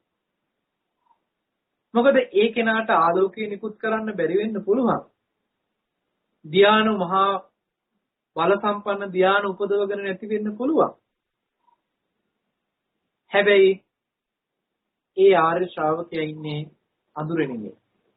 ඒ ශ්‍රාවකයා ඉන්නේ ආලෝකයේ තුල. අවිද්‍යාව යම් මට්ටමකින් හෝ දුරු කරන ප්‍රතිපදාවකට හෝ පත් වෙලා නිසා ඒ ආර්ය ශ්‍රාවකයා අඳුරේ ඉන්න පුද්ගලයෙක් බවට පත් වෙන්නේ නැහැ. ආලෝකයෙන් ආලෝකයටම පත් වෙන පුද්ගලයෙක් බවට පත් වෙනවා. ඒකට හේතුව තමයි ඔහු අවිද්‍යාව පිළිබඳව මනා නුවණක් ඇතුව කටයුතු කරනවා. අවිද්‍යාවෙන් කටයුතු කරනවා නෙමෙයි. අවිද්‍යාව පිළිබඳව වූ නුවණකින් කටයුතු කරනවා. ඒ කියන්නේ අවිද්‍යාව අවිද්‍යාවයි කියලා හඳුනාගන්න නුවණක් තියෙනවා. අවිද්‍යාව අවිද්‍යාවයි කියලා හඳුනාගන්නට නුවණ තමයි දුක්ඛේ ඥානං දුක්ඛ සමුදය ඥානං දුක්ඛ නිරෝධේ ඥානං දුක්ඛ නිරෝධ ගාමිනී පටිපදා ඥානං කියලා පෙන්නන්නේ. ඒ විදිහේ නුවණකින් තමයි අවිද්‍යාව ගෙවා දමන්නේ. කෙනෙකුට මේ කියන අර්ථය තුල යම් ගැටලුකාරී බවක් මතුවෙන්නට පුළුවන්. අවිද්‍යාව කොහොමද එහෙම අවස්ථාවට අනුකූල වෙනස් වෙන්නේ කියන කාරණය. මම ඔබට ඒක ගැන පැහැදිලි කරන්නට තමයි මේ ආලෝකය සහ අන්ධකාරය කියන කාරණාව පැහැදිලි කරගෙන ආවේ. ඒක තවදුරටත් ඔබට පැහැදිලි වීම පිණිස මම පුංචි උදාහරණයක් ගන්නම්. ඒ උදාහරණය හොඳට හිත කියලා හඳුනගන්න මේ කියන අර්ථය පැහැදිලි කර ගැනීම සඳහා. අපි මහා අන්ධකාරයක ඉන්න කරවල කාමරයක නම් ඉන්නේ. හාත්පසින්ම වට කරලා කිසිම ජනේල කවුලුවක් නැති ආලෝකයක් එන්න බැහැරින් කිසිම ආලෝකයක් නොලැබෙන මට්ටමට අඳුරු කරපු අඳුරු කුටියක නම් ඉන්නේ. මේ අඳුරු කුටියේ ඉන්න අපිට වොට් 5ක විතර පුංචි විදුලි බල්බයක් අපි මේ කාමරය තුල දැල්ලුවොත් වොට් 5ක විතර ආලෝකයක් නිකුත් කරන විදුලි බුබුලක් දැල්ලුවොත් අපිට අන්ධකාරයෙන් හිටපු අපිට ආලෝකයක් ලැබෙනවා.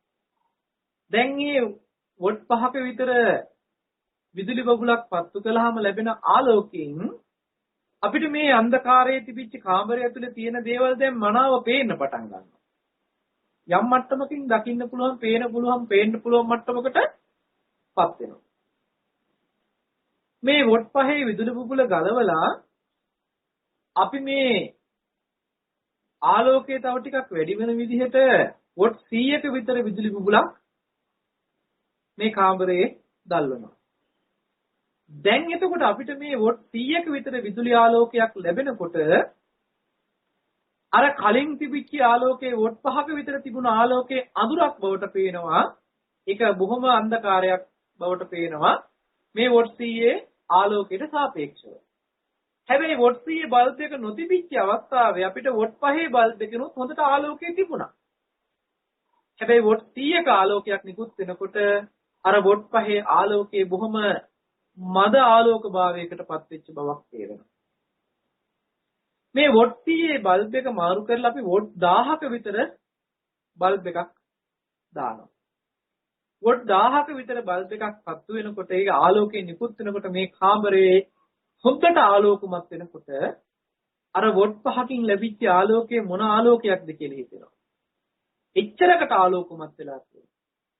එහෙනම් දැන් වොට් 5 බල්බ් එක දල්වන්න පෙර ඒ කාමරේ අඳුරක් තිබුණා. ඒ තිබුණ අඳුරට වොට් 5ක බල්බ් එකක් දැල්වුවාම යම් මට්ටමක අඳුරක් නැති වෙලා ආලෝකයක් ඇති වෙලා තියෙනවා. ඒ ආලෝකයේ තරමට තමයි අඳුර නැති වුනේ.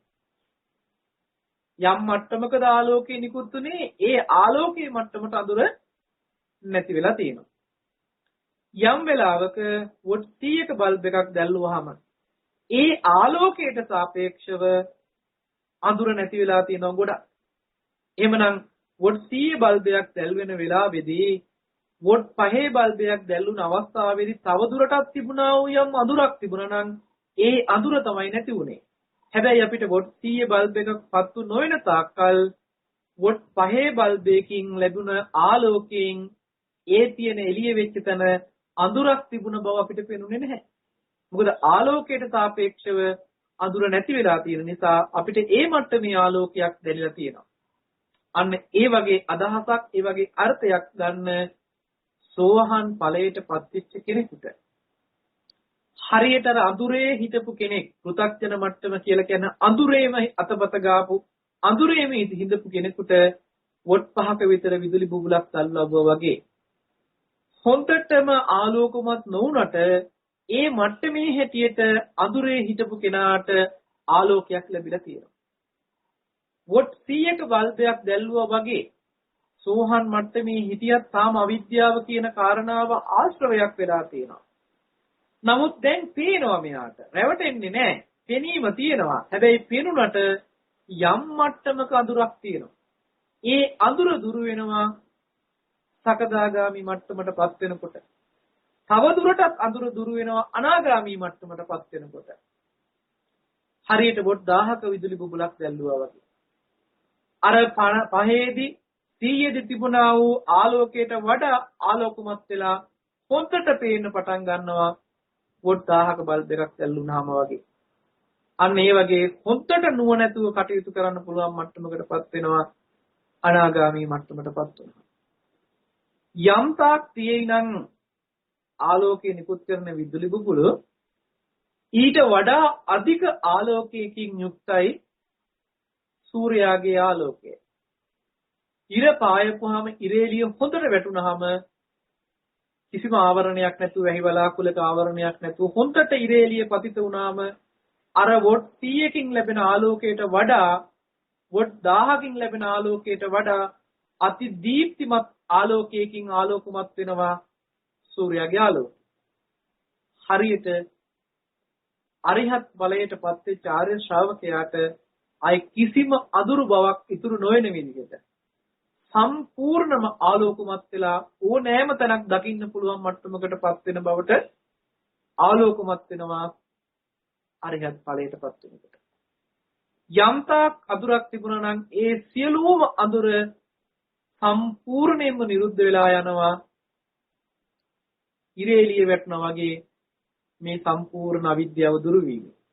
අන්න ඒ විදිහේ ප්‍රභේද ටිකක් මේ කතා කළේ කියන එක පිළිබඳව හොඳට අවබෝධය ඇතුව කටයුතු කරන්න කියන එක සිහිපත් කරනවා. මොකද නැතිනම් කෙනෙකුට හිතෙන්න පුළුවන් මේ අවිද්‍යාව අතනක් කියනවා මෙතනක් කියනවා තව තැනකක් කියනවා මේ එකම අවිද්‍යාව මේ ඇයි මේ හැමතැනටම කතා කරන්නේ එක එක විදිහට කියලා. ඒ හේතුවක් ඇතුවමයි ඒ හේතුව තමයි මම ඔබට අර උදාහරණයකින් පැහැදිලි කළේ. ඒ වගේම මතක් කරන්නට ඕනේ පෘථග්ජන මට්ටමේ ඉන්න කෙනාට පවතින අවිද්‍යාව දුරු වෙන්නට ඕනෙමයි සෝහන් මට්ටමේදී තියෙන අවිද්‍යාව කොයි වගේද කියලා හඳුනා ගන්න. සෝහන් මට්ටමේදී හම්බ වෙන ඒ අවිද්‍යාව දුරු වෙන්න ඕනේ සකදාගාමි මට්ටමේදී කොයි වගේ අවිද්‍යාවක්ද තියෙන්නේ කියන එක දැනගන්න. ආශ්‍රවයේ විදියට කොයි මට්ටමේද තියෙන්නේ කියන එක දැනගන්න. අනාගාමි මට්ටමට පත් වෙන්නම ඕනේ අනාගාමි මට්ටමේ තියෙන අවිද්‍යා ආශ්‍රවයේ කොයි මට්ටමේද පවතින්නේ කියන එක දැනගන්නට.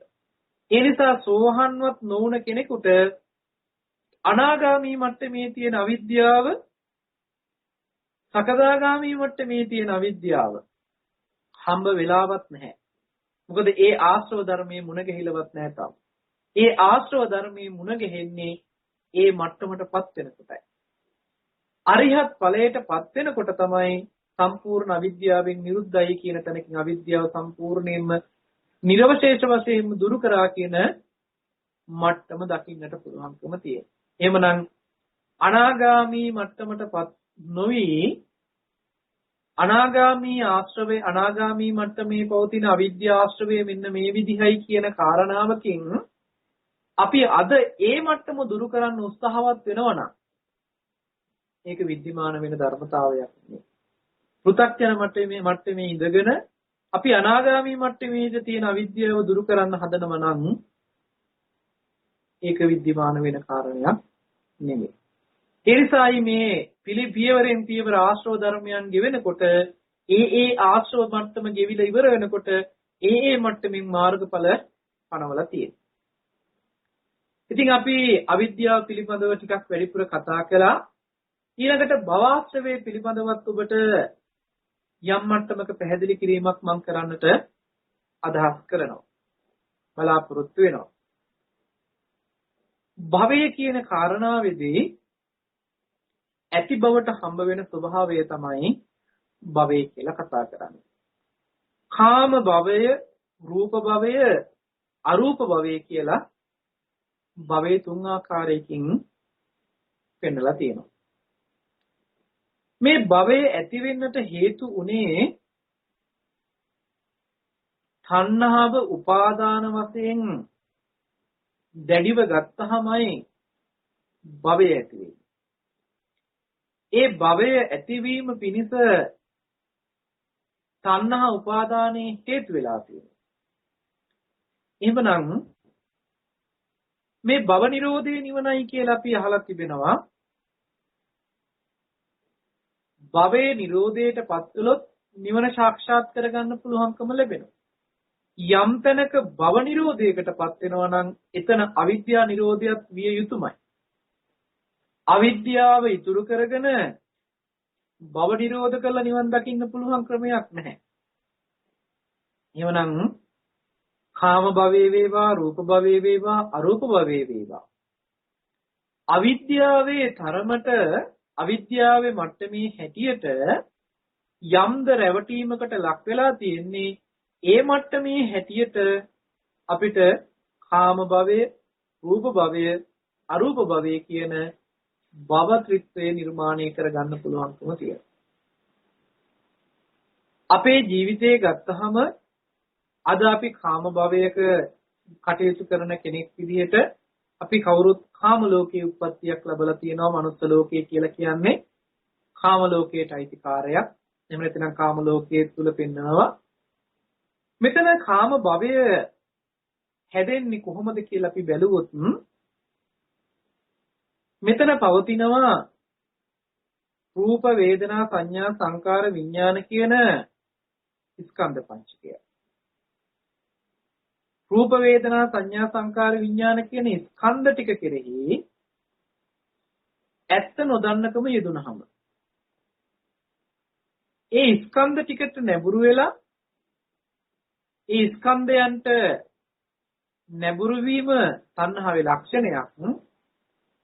නැඹුරු වෙලා ඒ ස්කන්ධයන් ඇති බවට ගන්නවා. ඒ ස්කන්ධයන් විතරක් නෙමෙයි ස්කන්ධයන්ට තණ්හා කරපු නිසා තණ්හාවෙන් ඇති බවට ගත්ත නිසා ඒ ස්කන්ධයන්ට උපාදානස්කන්ධ කියලා නම් කරනවා. ඒ ස්කන්ධ ටික උපාදාන වුණාම ඇති බවට ඉතුරු වෙනවා. ළඟම ඇතුරකට එහෙම නැත්නම් ළඟින්ම ගත්තාම භවය හදා ගන්නවා. ඒ හදාගත්ත භවය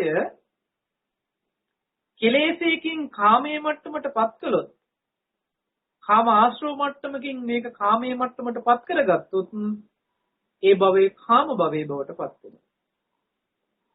කෙලෙසයකින් රූප මට්ටමට එහෙම නැත්නම් රූපාවචර මට්ටමේ කෙලෙසයකින් නම් අරූපාවචර මට්ටමේ කෙලෙසයකින් නම් ඒක රූප භවයේ එහෙම නැත්නම් අරූප භවයේ මට්ටමට පත් කර ගන්නවා. කාම මට්ටමට පත් කර ගැනීම කාම කෙලෙසයකින් එහෙම නැත්නම් කාම ආශ්‍රවයෙන් කරන කාරණයක්. භවආශ්‍රවය කියන කාරණේ කාමාශ්‍රවයේ සමග යෙදුනේ නැතිනම් එතන කෙලින්ම රූප භවයේ හෝ අරූප භවයේ කියන මට්ටම පවතිනවා. මේ භවආශ්‍රවයට කාමයේ කියන ආශ්‍රව ධර්මයේ මිශ්‍ර වුණාම කාම භවයක් හැදෙනවා. කාමයයි භවයයි දෙකම එකතු වෙලා කාම භවය හදලා තියෙනවා. මේ දෙකම ඇති වෙන්න අවිද්‍යාව ඇති වෙලා තියෙනවා. ඒ කියන්නේ අවිද්‍යාව මුල් වෙලා තියෙනවා. කාමයෙන් අයින් කරලා එහෙම නැත්නම් කාමයේ ආශ්‍රවයේ යෙදෙන්නේ නැතුව භවආශ්‍රවයේ විතරක් යෙදෙනවා නම් අවිද්‍යාශ්‍රවයත් සමග එතන රූප භවයේ සහ අරූප භවයේ කියන මට්ටමින් භවය නිර්මාණය වෙනවා. හැබැයි කාමාශ්‍රවයේ ගෙවා නැති නිසා යම් තැනක ආයත් කාමාශ්‍රවයේ යෙදුනොත් මේ රූප භවයෙන් අරූප භවයෙන් චුත වෙලා ඒ කෙනා නැවත කාම භවයට පත් වෙනවා. කාම භවයේ තුලත් රූප භවයේ තුලත් අරූප භවයේ තුලත් දිට්ඨිය යෙදුනොත් දිට්ඨ ආශ්‍රවයේ යෙදුනොත් කාම භවයේ තුල ආත්මී පුද්ගලයෙක් හම්බ වෙනවා. කාමයේ තුල හැසිරෙන්නේ හම්බ වෙනවා. රූප භවයේ තුල පුද්ගලයෙක් හම්බ වෙනවා. රූපයේ තුල හැසිරෙන්නේ හම්බ වෙනවා. රූපාවචර පුද්ගලයෙක් හම්බ වෙනවා. අරූප භවයේ තුල පුද්ගලයෙක් හම්බ වෙනවා. අරූපාවචරයේ හැසිරෙන්නේ හම්බ වෙනවා.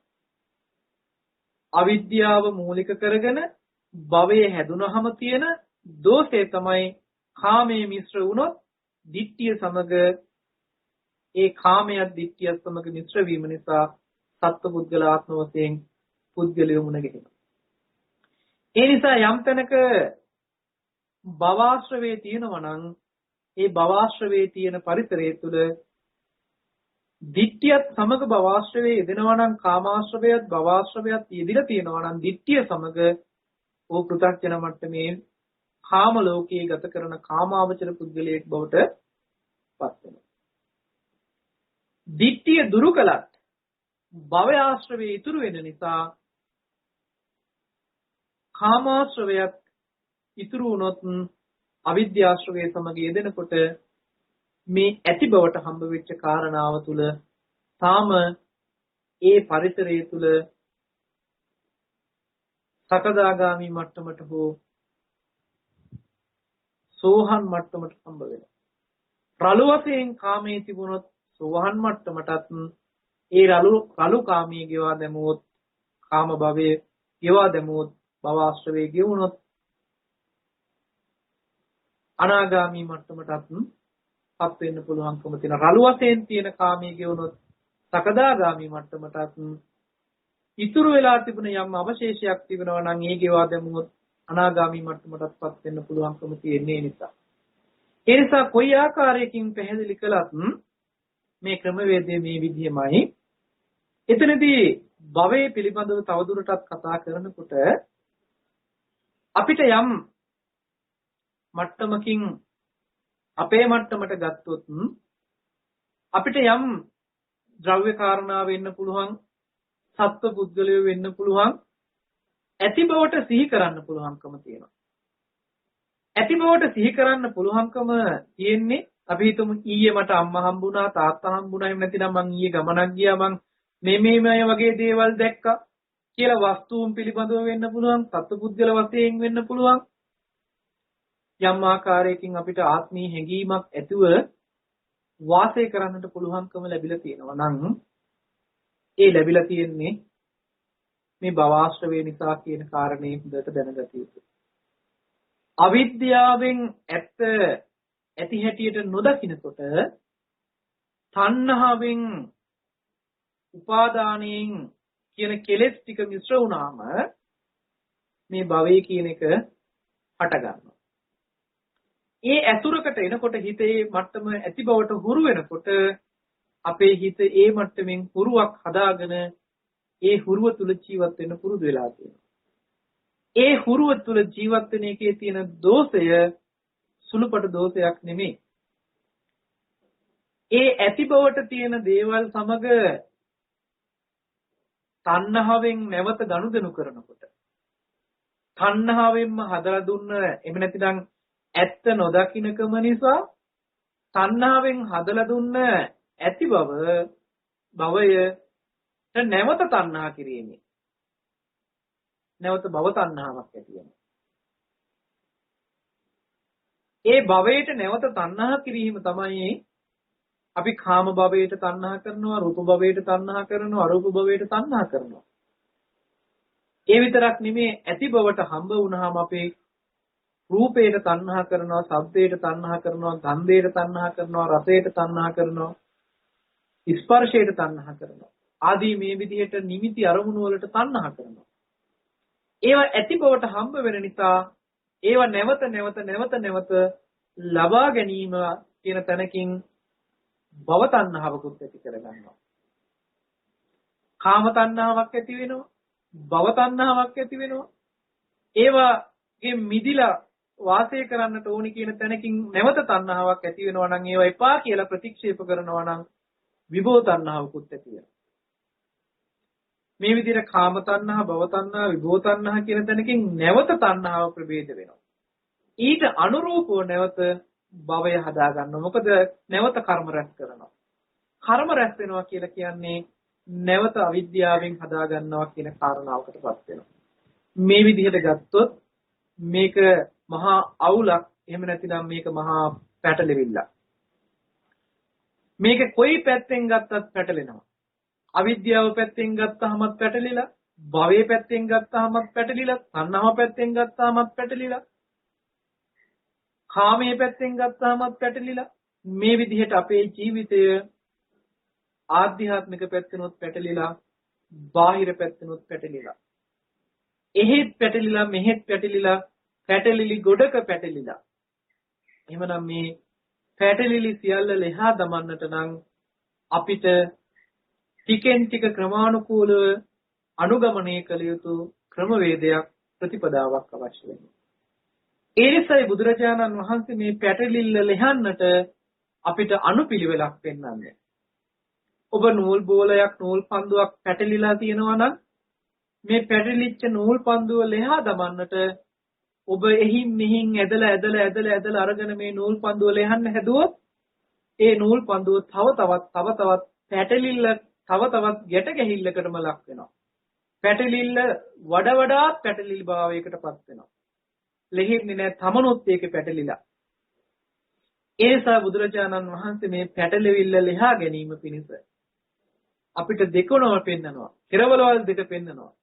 අපි ඉන්නේ මෙන්න මෙතන කියලා ඉන්න තැන පෙන්නනවා. පෘථග්ජන භූමිය කොතනද කියලා. අනිත් කෙලවර පෙන්නනවා ලෝකෝත්තර භූමිය තියෙන්නේ කොතනද කියලා. සම්පූර්ණ ආශ්‍රව ධර්මයන් ගෙවිලි ඉවර වෙච්ච උතුම් අරිහත් ස්වභාවය කොයි වගේද කියලා පෙන්වනවා. නිවන ස්වභාවය කොයි වගේද කියලා පෙන්වනවා. අන්න ඒ කෙලවර ඉලක්ක කරගෙන මේ කෙලවරේ ඉඳන් තමන්ගේ පැත්තේ තියෙන කෙලවර හොයාගෙන ඒ කෙලවරේ ඉඳන් එක එක ගැටේ ලියාගෙන යන්න කියලා පෙන්වනවා. එක එක ගැටේ ලියාගෙන යනකොට සියලුම ගැට ටික අනුපිළිවෙලින් ලියාගෙන ගිහිල්ලා සම්පූර්ණම මේ අවුල් ගැට ටික ලියා ගන්න පුළුවන්කම ලැබෙනවා. තනින් බහැලා මෙදින් බහැලා එක එක ගැට ලියන්න හැදුවොත් කෙලවරක් හොයාගන්න බැරි ගැට ටිකක් ලියන්න හදනවා කියලා කියන්නේ ලියන්න හදනකම තව තවත් ගැට ගහෙන්න හේතු වෙනවා. ඒ නිසා මේ ගෙවා දමන්න එහෙම නැතිනම් මේ ගැට ටික ලියා දමන්න අනුගමනය කළ යුතු ක්‍රමවේදය තමයි ප්‍රතිපදාව තමයි බුදුරජාණන් වහන්සේ අපිට නිවැරදි මඟ පෙන්වීම සිද්ධ කළේ. ඒ නිසා යම්තාක් අපි ගැට ගැහිලා තියෙනවා නම් ඒ ගැට ටික ලියා දමන්න පෙන්වන ප්‍රතිපදාව මම කෙටියෙන් ඔබට සිහිපත් කරන්න. අපි ඉන්න මට්ටම තමයි පෘථග්ජන භූමිය. පෘථග්ජන මට්ටම. මේ පෘථග්ජන මට්ටමේ ඉන්න කෙනාට එකපාරටම එහා කෙලවර හම්බ වෙන්නේ නැහැ. එහෙමනම් මේ කෙලවර දක්වා ඉලක්ක කරගෙන ඒ කෙලවර දැනගෙන ඒ කෙලවර ඉලක්ක කරගෙන අපි මේ ඉන්න තැන ඉඳන් ටික ඉදිරියට යා යුතුයි. අපේ පෘථග්ජන මට්ටමේ ස්වභාවය තමයි මේ කය වචන දෙකවත් සංවර නැහැ. පින්පව් පිළිබඳව විශ්වාසයක් මූලික වශයෙන් ඇති කරගන්නට ඕන. කම්මස්සකතා සම්මා දිට්ඨියකින් අපි මේ ගමන යන්නට පටන් ගන්නට ඕන. එහෙමනම් මේ කයින් වෙන වැරදි ටික වචනයෙන් වෙන වැරදි ටික දුරු කරලා සිල්වත් භාවයකට පත් වෙන්නට ඕනේ මූලික වශයෙන්. කය වචන දෙකේ සංවරයෙන් සිල්වත් භාවයට පත් වුණාට තවදුරටත් හික්මෙන්නට අවශ්‍යයි මේ හිත හික්මවන්නට නම්. හිත ග්‍රහණය කරගන්නට නම්. හිත හසු කරගන්නට නම් තවත් හික්මෙන්නට ඕනේ. ඒ සඳහා ඇහැ කන නහය දිව ශරීරය කියන මේ ඉන්ද්‍රිය ටික තවදුරටත් සංවර කළ යුතුයි. හිතට අසංවරව පවතින්නට තියෙන පරිසරය අයින් කරලා දාලා බොහෝසේ සංවරයට පත් කරන්න ඕනේ. එහෙම සංවර කරනකොට හිත හසු වෙනවා. හිත හසු වුණාට හිත තවදුරටත් අකාරුණිකයි. එහෙම නැතිනම් තවදුරටත් කලබලයි.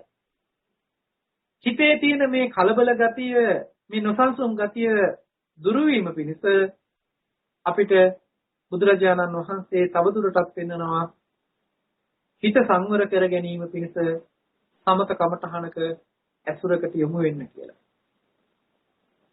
මේ හිත සංවර කරන්නට නම් ආධ්‍යාත්මික පැත්තට හිත නැඹුරු කරන්නට වෙනවා. එහෙනම් සමතයට යොමු වෙන්නට අපි අනිවාර්යයෙන්ම සිහිය පිහිටවා ගැනීමකට ලක් වෙන්නට ඕන. සිහිය පිහිටවා ගැනීමෙන් මේ වැඩපිළිවෙල ආරම්භ කරන්නට වෙනවා හිත හදන වැඩපිළිවෙල. ඒ සඳහා සතර සතිපට්ඨානයක් බුදුරජාණන් වහන්සේ දේශනා කරනවා සිහිය පිහිටවා ගැනීම පිළිබඳව.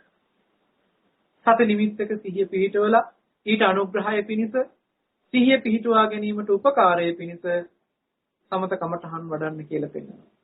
එතකොට හිතේ සිහිය පිහිටවා ගැනීම මනාව සිද්ධ වෙනකොට සතිය විසින් සමාධිය නිර්මාණය කළ දෙනවා. ඒ පවත්වා ගැනීම සඳහා සතර සම්‍යක් ප්‍රධාන වීර්යයෙන් යුක්ත වායාමයක් අවශ්‍ය වෙනවා. ඒද ඡන්ද චිත්ත වීර්ය විමර්ශා කියන ධර්මතා ටික ඉරිදිපාදයන් විදිහට අවශ්‍ය වෙනවා. ඊළඟට නීවරණ ධර්මයන් සක්‍රියව පවතින හිතක නීවරණ ටික දුරු කර ගැනීම පිණිස ඉන්ද්‍රිය ධර්මයන් ටික බල ධර්මයන් ටික වඩන්නට වෙනවා. මෙහෙම සිහිය පිහිටුවා ගැනීම තුලින් යන්න පුළුවන් උපරිමයේ පෙන්නනවා සති සම්බොජ්ජංගේ දක්වා. ඊට අනුකූලව බොජ්ජංග ධර්මයන් ටික වඩලමින් ආර්ය අෂ්ටාංගික මාර්ගයට පිවිසෙන්නට වෙනවා. සම්මා දිට්ඨි සම්මා සංකප්ප ආදී මේ ආර්ය අෂ්ටාංගික මාර්ගයට පිවිසෙනකොට ප්‍රඥාවෙන් යුක්ත පුද්ගලයෙක් බවට පත් වෙනවා. ආර්ය දර්ශනය අහලා දැනගත් ශ්‍රුතවත් ආර්ය ශ්‍රාවකයෙක් සීල සමාධි ප්‍රඥා හරහා සත්‍තිස් බෝධිපාක්ෂික ධර්මයන් වර්ධනය කරනකොට ඒ මට්ටමේ ඒ නුවණේ ඒ අවස්ථාවේ හැටියට දික්තිය ආශ්‍රවේ දුරු කරලා ඒ මට්ටමට තියෙන කාමාශ්‍රව, භවආශ්‍රව, අවිද්‍යාශ්‍රව දුරු කරමින් සෝහන් ඵලයටපත් වෙන්නට පුළුවන්කම තියෙනවා.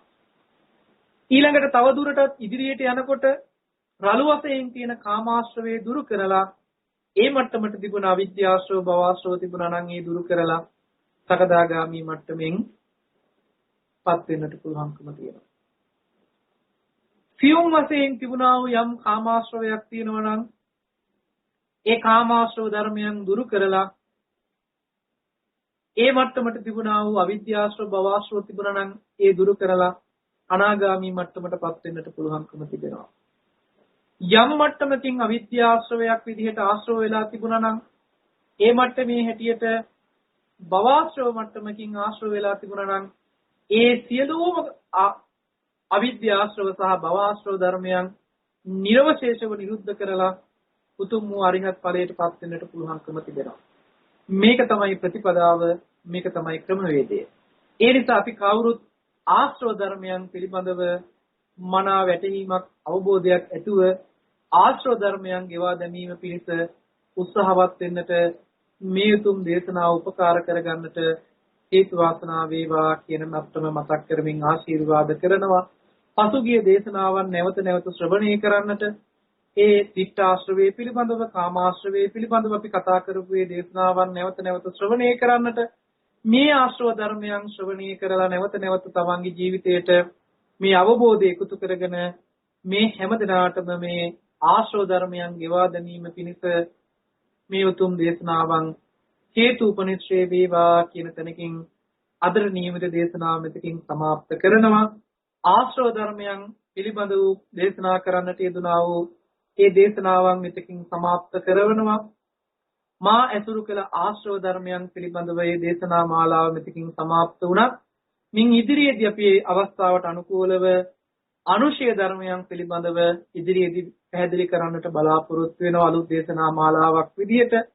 ඒ නිසා අද දවසේදී මේ දේශනාව මෙතකින් સમાપ્ત කරමින් ඒ සඳහා දායකත්වයන් දරන්නට යෙදුනා වූ ඒ පින්වතුන් සිහිපත් කරලා ඒ ආශිර්වාද කිරීම, මේ පුණ්‍යානුමෝදනා කිරීම සිදු කරන්නට බලාපොරොත්තු වෙනවා.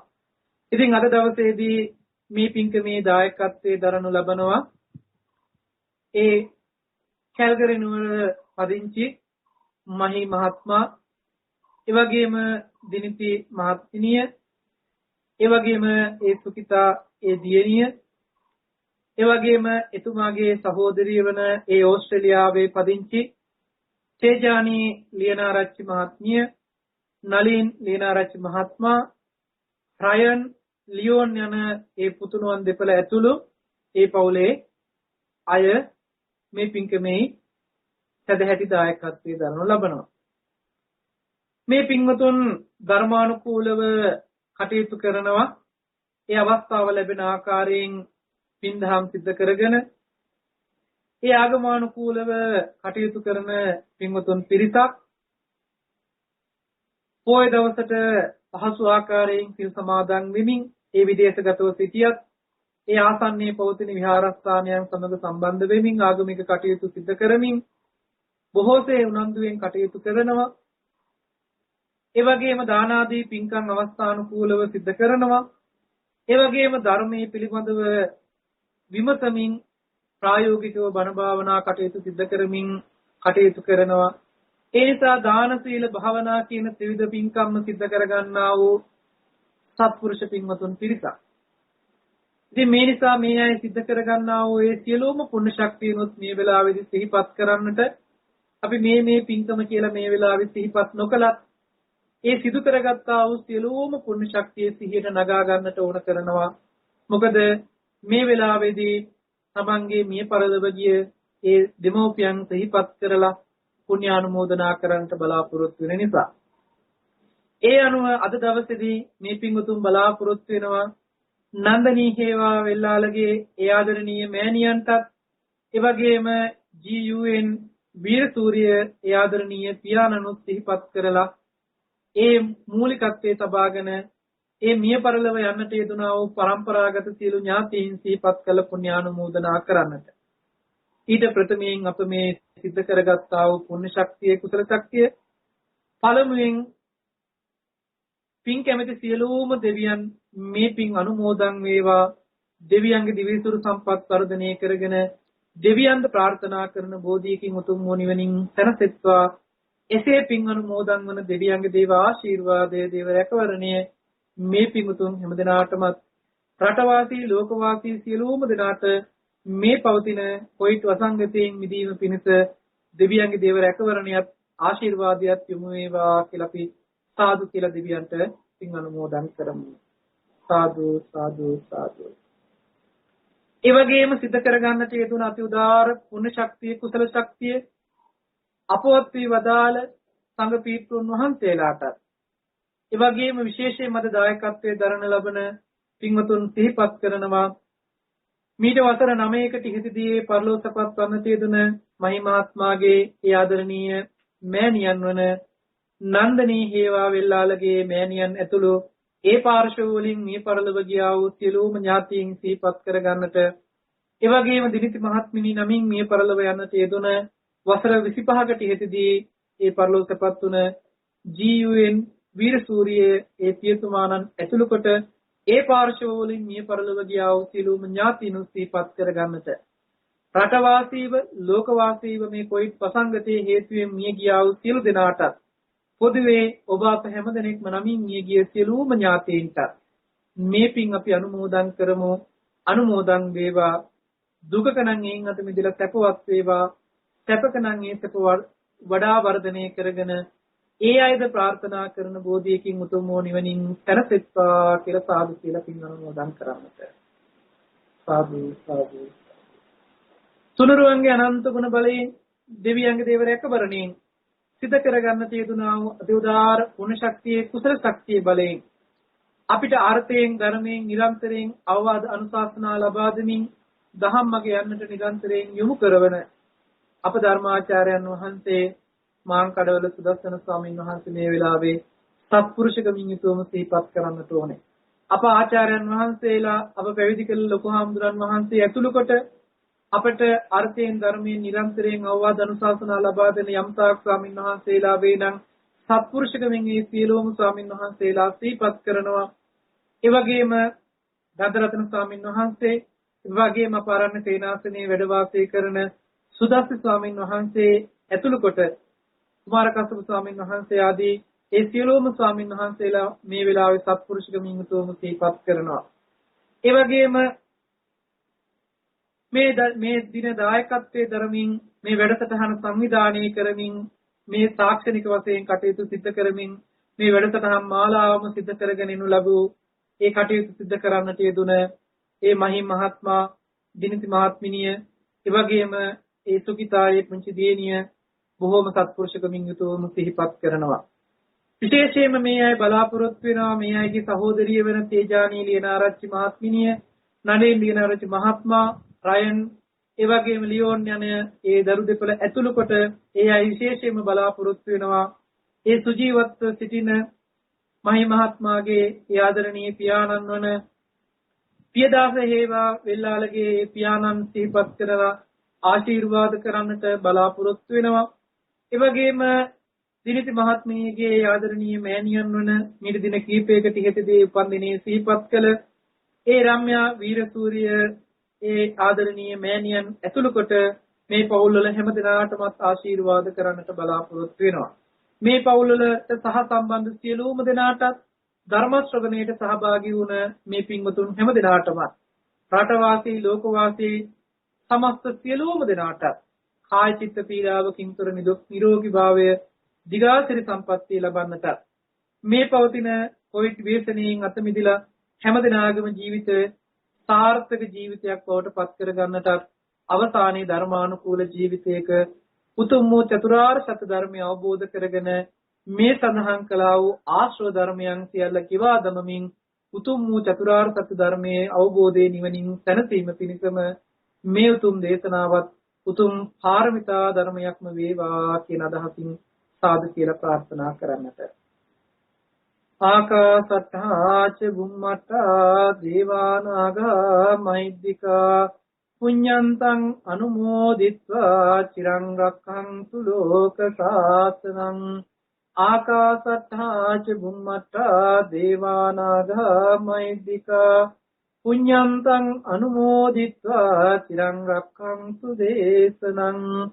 ආකාසට්ඨා ච බුම්මට්ඨා දේවානාගා මහිද්దికා පුඤ්ඤන්තං අනුමෝදිත්වා චිරං රක්ඛන්තු ත්වං සදා.